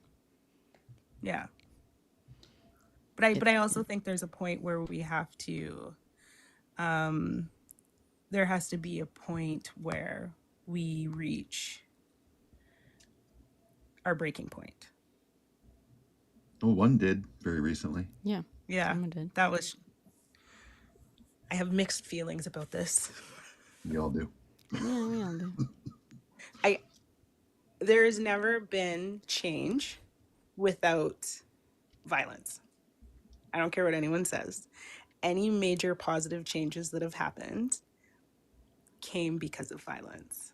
Do I agree with it? No. But the reality is it's either change with violence or they're losing money. Right. And even then, that was the whole, like, look at the civil rights, right? They boycotted buses and it almost bankrupted, wasn't it Montgomery? It almost bankrupted their buses because Black people weren't taking them. Mm-hmm. So, you know, the two things that cause change, your dollar. Well, and also, yeah, yes, yeah, you were saying that. And violence. Like I hate the idea that violence needs to come out of things, but I will say, listen, I'm not gonna say that I'm sitting here being like more CEOs, but you know, when a school, I'm not gonna say I'm not either, but when a school got pew-pewed, like a week later, what was it? Yeah, nothing. Multiple kids. No, my Nothing first thought happened. was like, God fucking damn it, dude! Like, not CEOs, not kids. Like that was my immediate thought. Like, come on, guys. Okay, like if you're gonna fucking lose it like that, if you're gonna be that asshole, CEOs, not kids. Okay. Like, yeah, no, I agree. Sorry. You know, the thing that disappointed me about it is the response. You got more responses for one person than you did for. That's what children, really upset me. For hundreds Because I of was just like, children. wait, hold on. So we're just gonna give thoughts and prayers, but you're gonna do a manhunt for the other guy and parade him around. You're gonna set up a special phone line for CEOs Yeah. who are afraid. Yeah. I believe it's been 10 school pew-pewings in New York State over the last several years. I believe it's 10 total. Maybe it's 8 out of 10. Not a hotline was never set up for the children. Not a single fucking time. I was in Florida last Christmas because I have family there, and we went to the bowling alley, and my cousin's like, what are you looking for? I'm like, people carrying pew-pews. Like, and they laughed because they're like, oh, it's not the first thing we think about. But me being a Canadian, I was looking at my exits. I was checking because, you know, when I'm in Florida, like I don't go to the bar anymore with my cousins. I don't do the pubs. I feel really uncomfortable, even in going to the mall. And so when we went bowling as a family, that was the first thing I was looking for. And they had just like, and it was funny because the reaction of my nieces and nephews' friends were like, oh, that's so weird that that's what your aunt's thinking about. You know, they're navigating not thinking about it. And as a Canadian, you don't think about it until there's a moment where you're like, oh shit, that it's happening. You know what I mean? At least in my experience, yeah, I mean, I'm in New York City, so there really aren't. I mean, they exist, but it's not like an open carry sort of thing or anything like that. But you know, so I've never really had to have it like front of mind unless it's very specific scenarios or anything like that.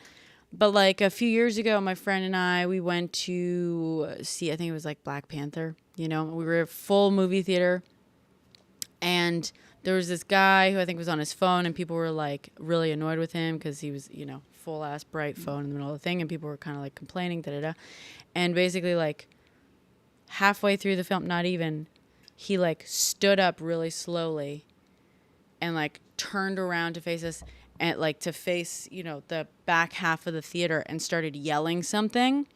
And my immediate thought was like, oh my God, he's going to shoot us. Yeah. The guy has that's horrible. Thing. And then, and I was shaken up for the rest of the film. And then once the film, you know, once it ended and the lights came on, and then he like left, basically eventually he left after, you know, yelling a few things, whatever. I don't even remember what he said, but whatever.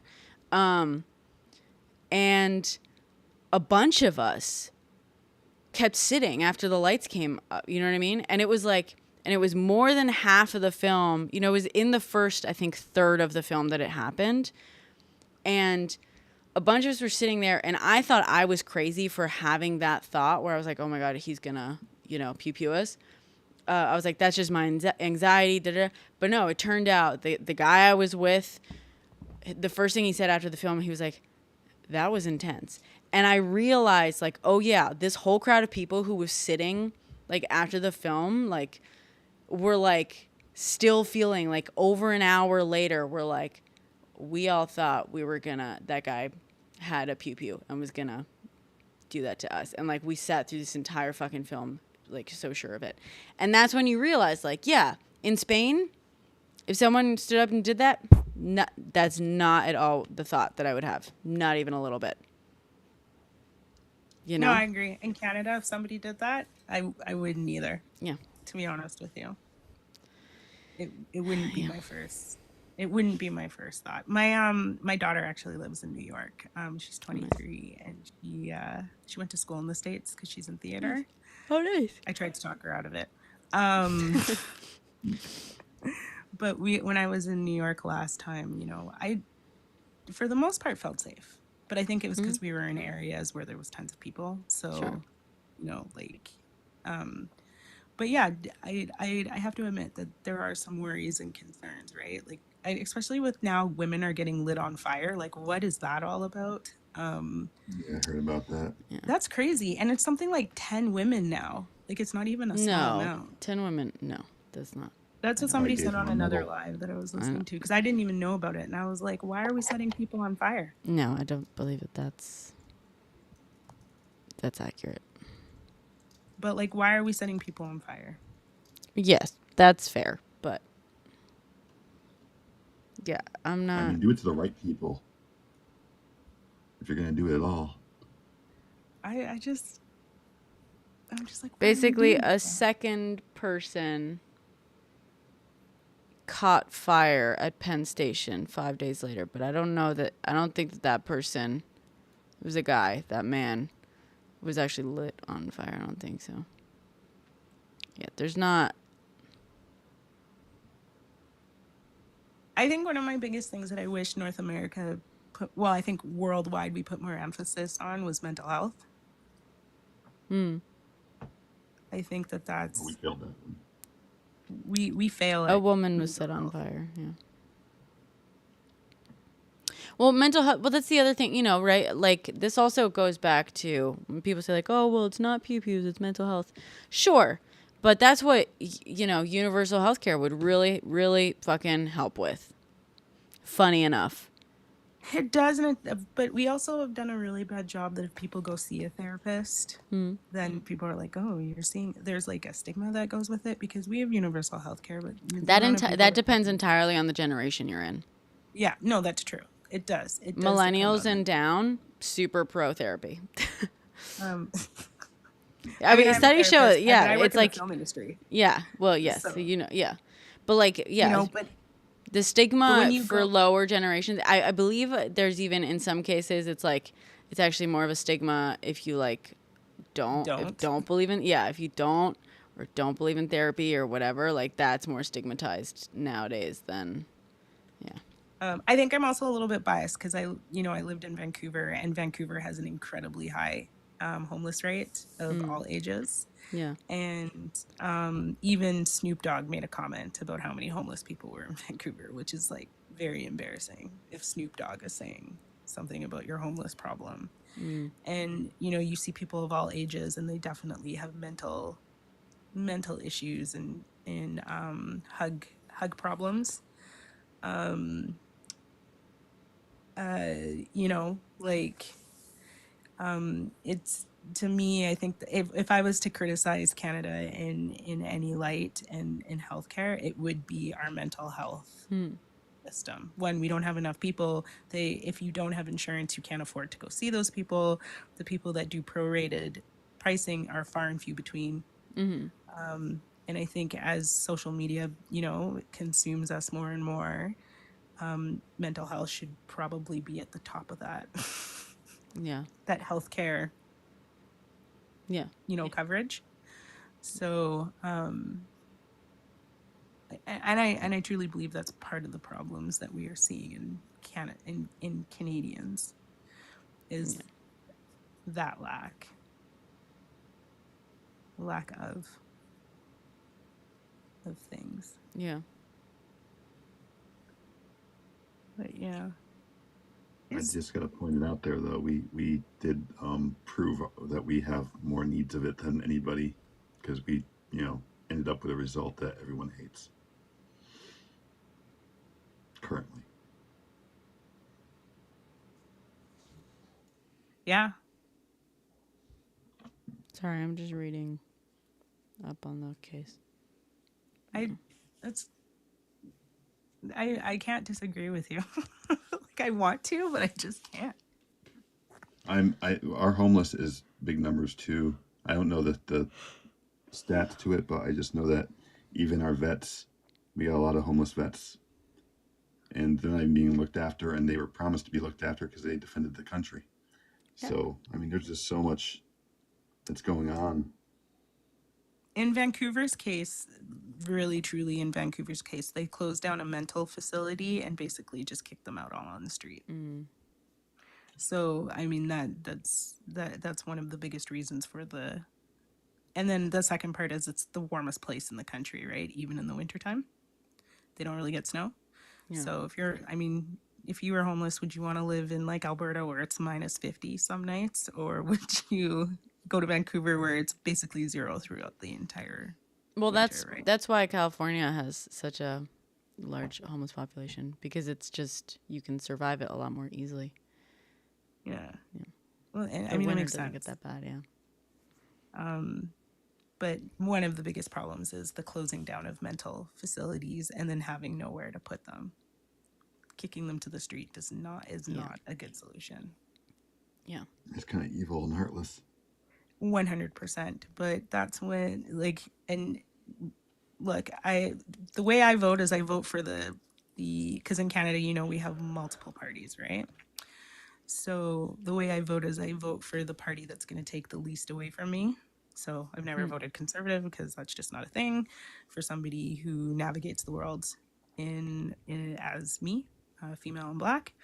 But it was conservative governments that closed down those facilities in Vancouver. So unfortunately, well, it was a Liberal government, but the Liberal government in Vancouver is a conservative, or in BC is a conservative government. They follow provincial party titles are different from federal parties, the way they navigate, which is weird, I know, but we're Canadian, so we're weird. Somebody put 6 parties. No, we've got something like 20 different parties. Yeah. It's the magic of a parliamentary system. That's something At we least you need. got options. Yeah, sometimes there are really crazy options, but we do have options. Yeah.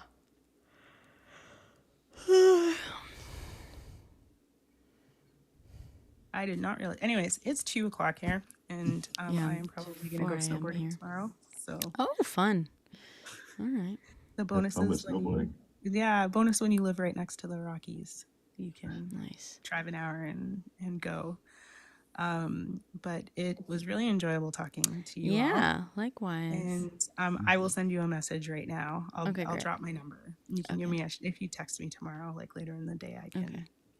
I might. Tomorrow is going to be my day to like cocoon, to be honest. Oh, well, it's Sunday. Actually, no, I don't normally have my phone on me on Sunday, but Monday, whatever. Just when you message me, we'll be in touch. Yeah, we'll be in touch. Yeah. And then I can fill.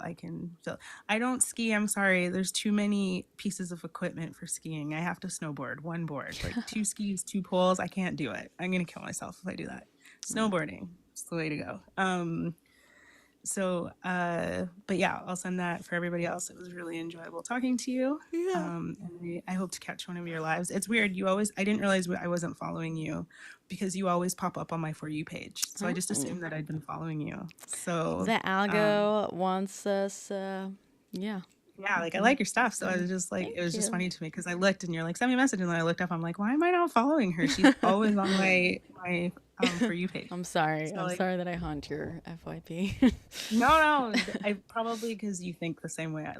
My algorithm knows we think the same. So, or maybe it figured out we were both in the industry. Who knows? But I hope the rest of you have a good night. Yeah, good night. Good rest of your holidays. You too. Good night. I want to say that 2025 will be better for everyone, but I disagree on that, and I don't want to lie to you. So we're gonna make it better for everyone. It's gonna be what we make it. You know what I mean? Yeah, we're gonna make it better. I'm just gonna live my life and enjoy the people that I meet along the way. Yeah. So exactly. But yeah. Anyways, have a good one. You too. Night, guys. Good night. Night. I might also What shove awesome off soon. people. Yeah, that was so great. I love when we have like a new person up here who's good vibes. I didn't mean to leave you, but whenever they brought up, reminded me of the Trump Canada wanting to take over Canada and Panama, I'm like, why?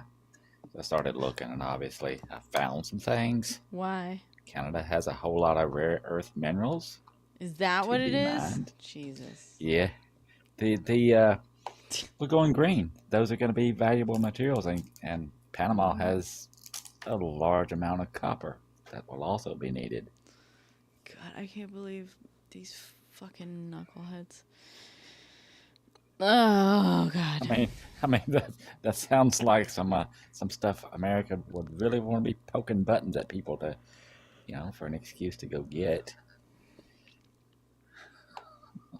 I was thinking maybe I gotta look into it. I gotta see how interesting the story is. But I was thinking the next History in Under 10 could just be about the Panama Canal. Oh, that would be cool. But I don't know if it's interesting enough. But we'll see. Panama Canal is a really interesting story. Is it?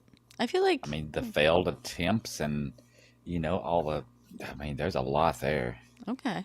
All right. There was some failed attempts and stuff, and there was a lot of people lost. And yeah, mostly French. You have the whole mosquito disease thing and all that. Good stuff. Let's see. Spanish, French... Okay, 1880, French began construction of the canal, but stopped in 1889. High worker mortality. U.S. took over in 1904. Completed in 1914. The U.S. controlled the canal, the Panama Canal, until 1999.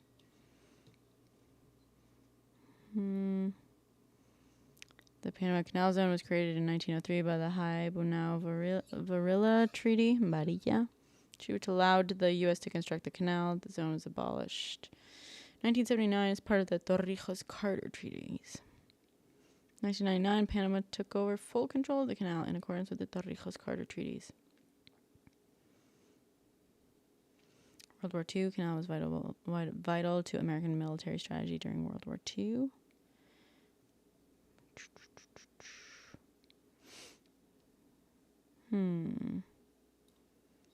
Okay, let me see.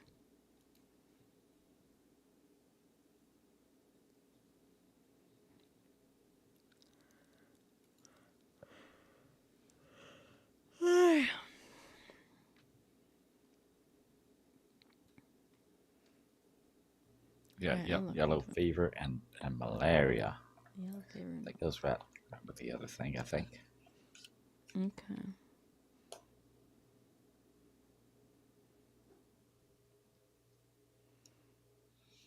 And now I'm just gonna hyper focus on reading this deep dive. The Panama Canal. Deep dive. Like I was just doing with the copper mines in Panama. Yeah. Accounting for 1% of the world's copper. Damn, Panama. It's one of the biggest. They have one of the biggest copper mines on the planet. Damn. Of course, China has the biggest and stuff, but still, they're pretty high up there. And the U.S. is currently in a copper shortage. Of course it is. Of course it is. Of course it is. I literally live, I think, 5 miles from a copper mine.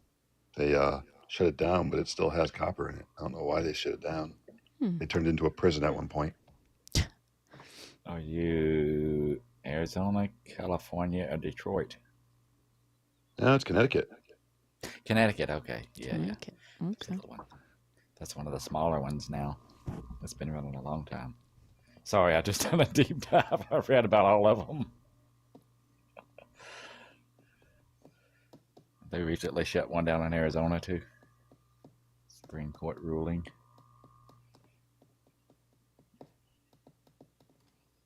Because it was bad for the environment and other stuff. Yeah. That's my understanding.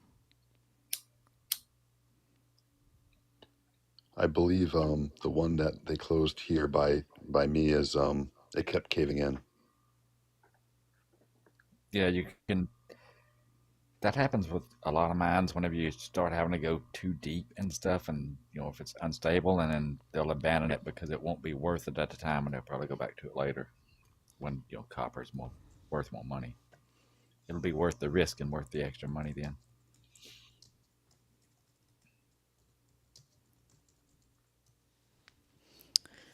I'm gonna have to find. They're hoping for better technology, science to come up with better things to get to some of those old mines that they've no longer mining. So they're hoping for the best.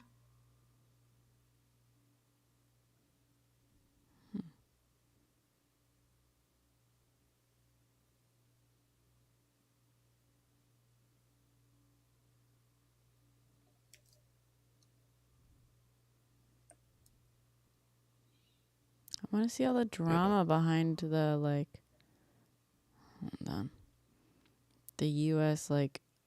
refusing to hand it over. There was a lot of money in it. Yeah. And I don't know if the person that's still in the comment section that said that the Roman Empire collapsed mid 4th century, but that was also wrong. It lasted for over 1,000 years, like to 1906, Napoleon and all.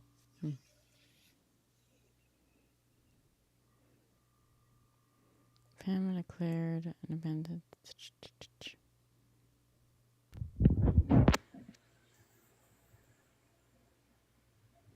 Happened so quickly that by the time the Colombian government in Bogota launched a response to the Panamanian uprising, U.S. troops had already entered the rebelling province. The Colombian was like, what the fuck's... Wait, what? What's going on?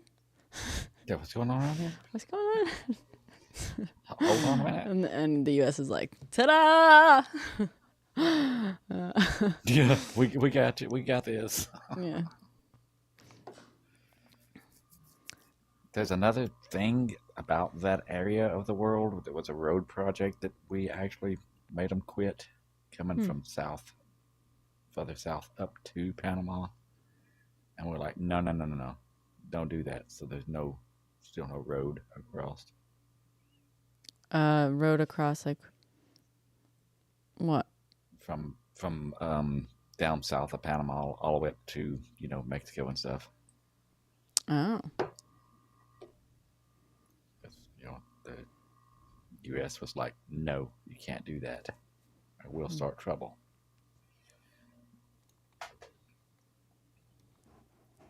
The U.S. is fully aware of these conditions and even incorporating them into planning of the Panama intervention as the U.S. acted in arbiter.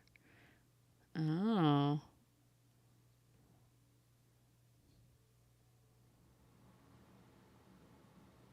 This is going to take a lot of research. Yeah, but it's interesting research. It is. I read about it a long time ago. I might go over it again. Yeah. Granting rights the U.S. to build and indefinitely administer the Panama Canal and its defenses is sometimes interpreted as the 99-year lease because of misleading wording included in Article 22 of the agreement. Almost immediately, the treaty was condemned by many Panamanians as an infringement on their country's new national sovereignty. This would later become a contentious diplomatic issue among Colombia, Panama, and the United States. Mm-hmm. Good stuff.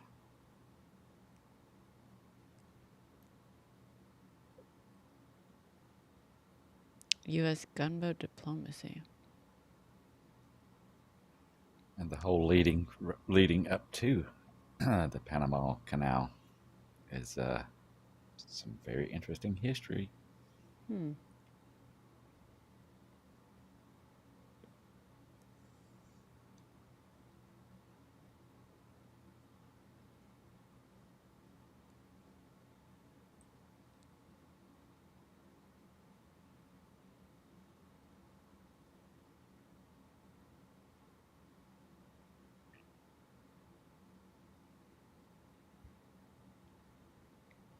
I'm going to say good night. It's 4 a.m.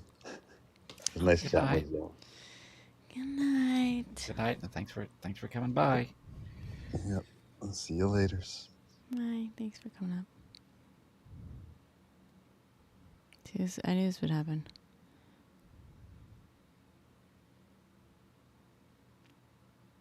Oh, in here, cottage?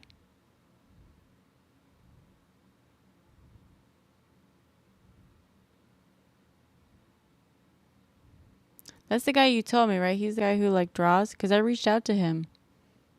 And I was like, we should co-host one day. And he was like, yeah. And then, yeah. So one day maybe.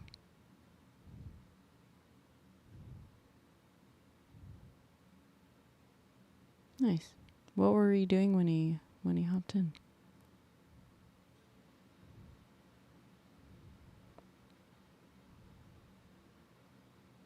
Yeah, no, I've seen him live. I just haven't like reached out specific. I mean, because of the holidays, it's been like such a thing.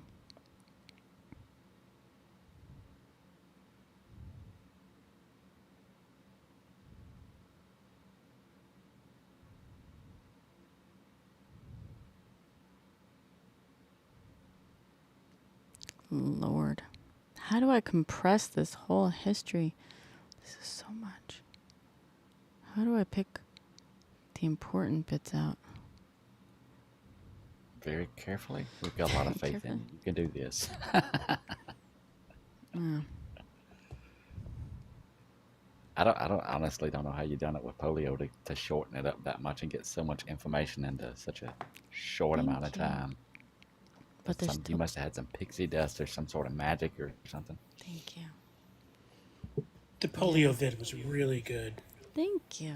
So good. Guys. I appreciate that. That's so nice.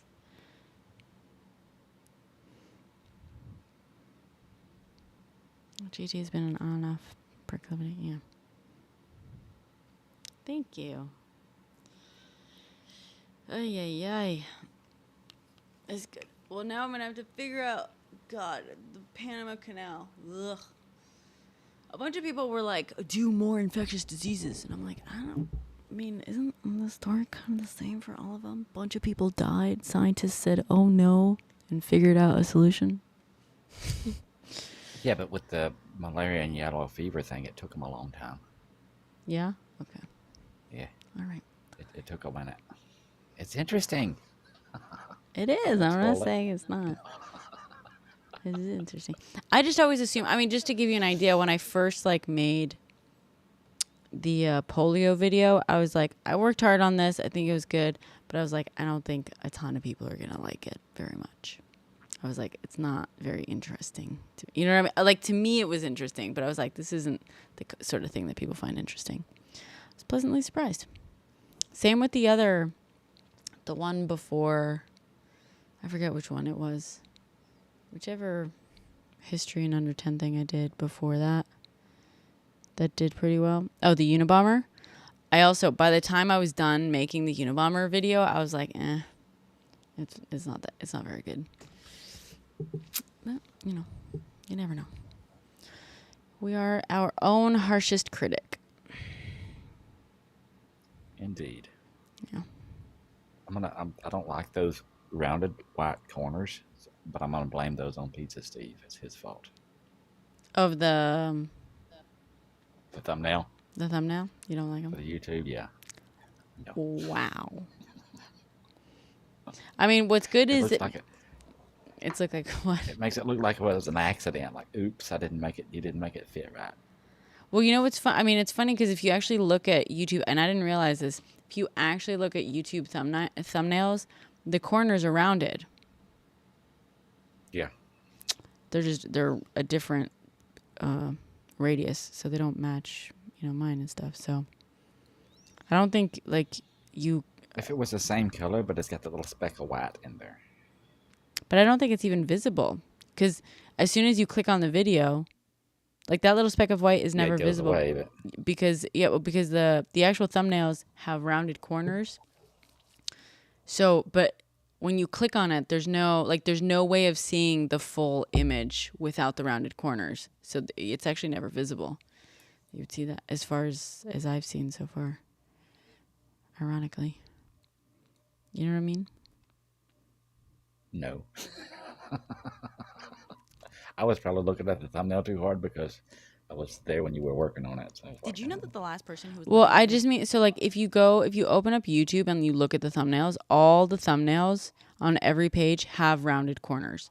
So, and even actually, I'm looking at the video now. If you click on a YouTube video and it opens it up, the video also has rounded corners. So in reality, you never on the site can you actually see the corners of the thumbnail that we created.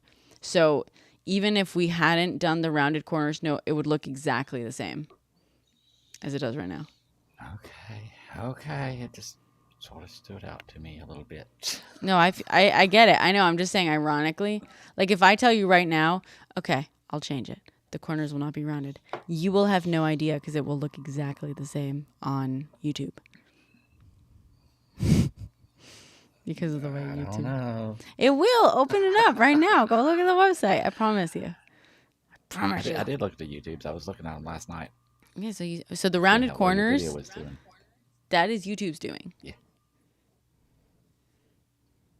Yeah, that's the white specks in the corners. No, that's YouTube does that. Is that YouTube doing that? Yeah. How rude of them. I know. Ruining your hard work like that. My hard work, yeah.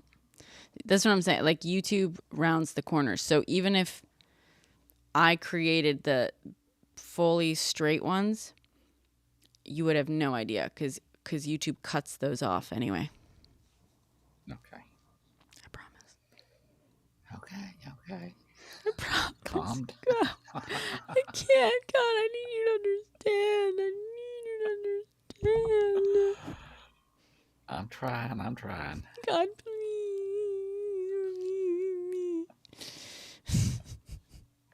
Oh, on my older device, it doesn't look the same. Wait, it must be my new phone. Wait, what? The thumbnail doesn't look the same on my old phone. Oh. As it does on my new phone. Interesting. You don't see got the a white new specks phone. on the. Yeah. Don't see the rounded corners at all on the old phone. It's just all square. So I guess it depends on what device you're using. That's weird. All right. Yeah.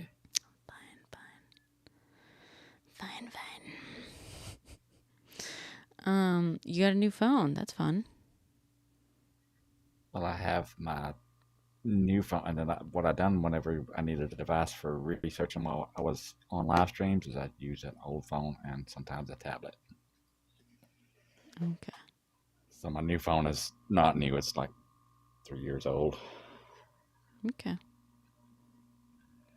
I love that. I have a much older phone that I use for research while I'm using the new phone for being on live or whatever. I love that. I love that. This idea that you have like multiple just devices just laid out in front of you on the table, and you're like, boop, boop, boop, boop, boop, boop, boop. Yeah, most of the time the batteries are not charged. Because I forget. And they take the old kind of charger that nobody keeps laying around anymore. You know, not the nice new big one, but the little, I don't know what it's called, funny shaped charger device. The old micro USB or whatever it is. Oh. It's not a USB, it's something else. USB-C, right? Or no, are you talking about micro USB? Is it USB-C? USB-C, I think. Or are you talking about the Lightning? No, because it's not Apple, right? You have. No, it's not Apple. I don't know. It's a weird shape from the really, really old Androids. I wonder if it's like I think the new one is called the USB Mini, ain't it? I don't know. No, I think it's USB-C, right? No. Yeah, the small trapezoid. USB 3/4. I've never heard of that. USB 3/4. Yep, that's what it says on it. USB 3/4.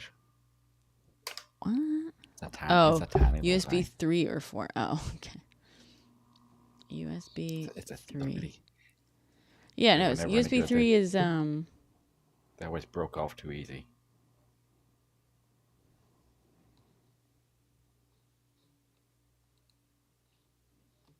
I don't know what it's called. USB 3 Let me is. ask this kid. What is this one called? What is this charger thing called? I don't know. And the young person doesn't know also.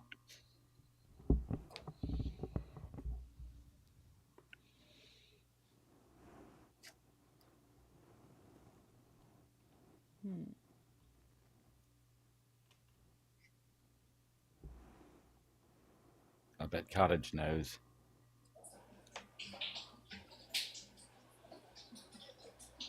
Hello? Hello? Cottage? Did you mean to request Cottage?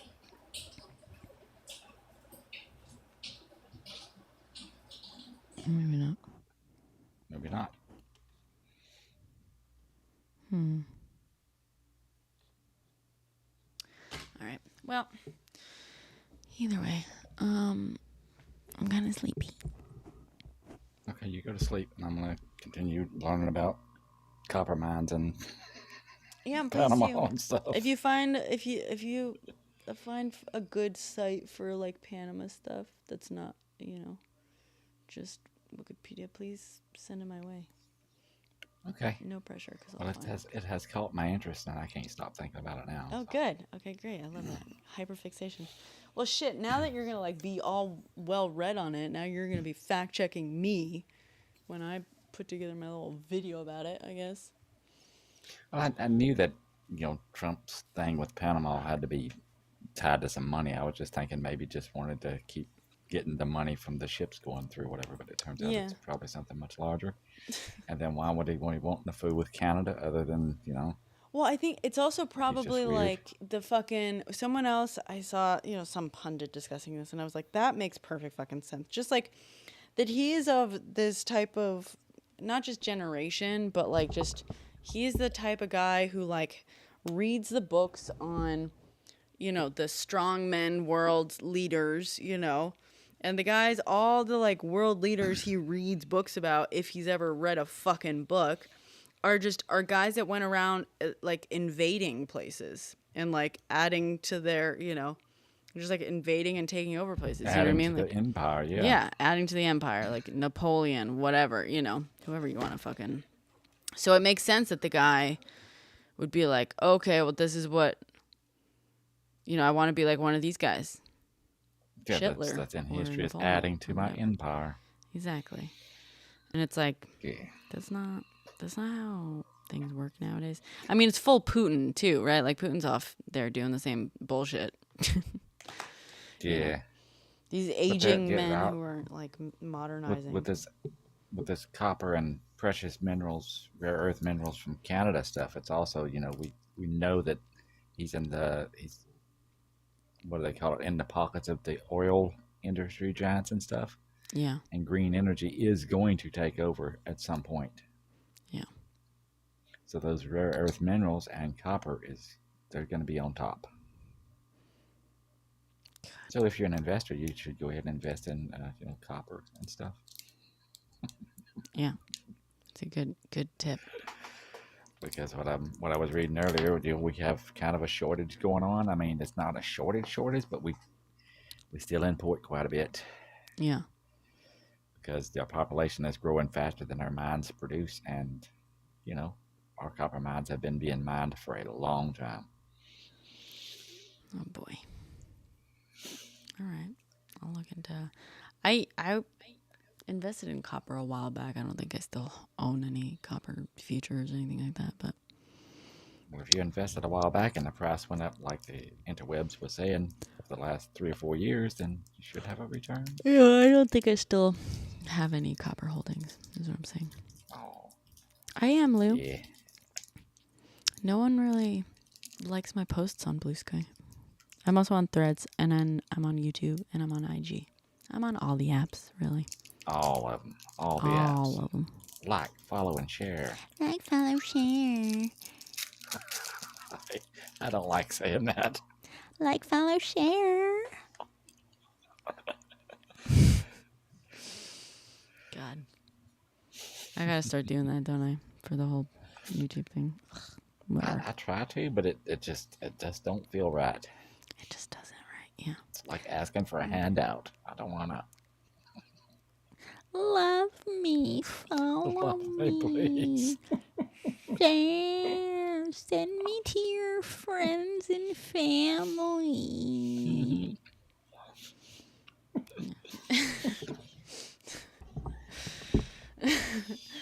Anyway, like, follow, share. Like, follow, share, and everybody have a good night, I guess. Yeah. Thank you guys for hanging out tonight. This was great. Love you all. Like, follow, share. Hey, thanks for having me up, by the way. Yeah, thank you for coming up, Vinny. Welcome. Sorry if I... You popped your cherry. It was fun. Good. I did. Yeah. I'm glad. I did.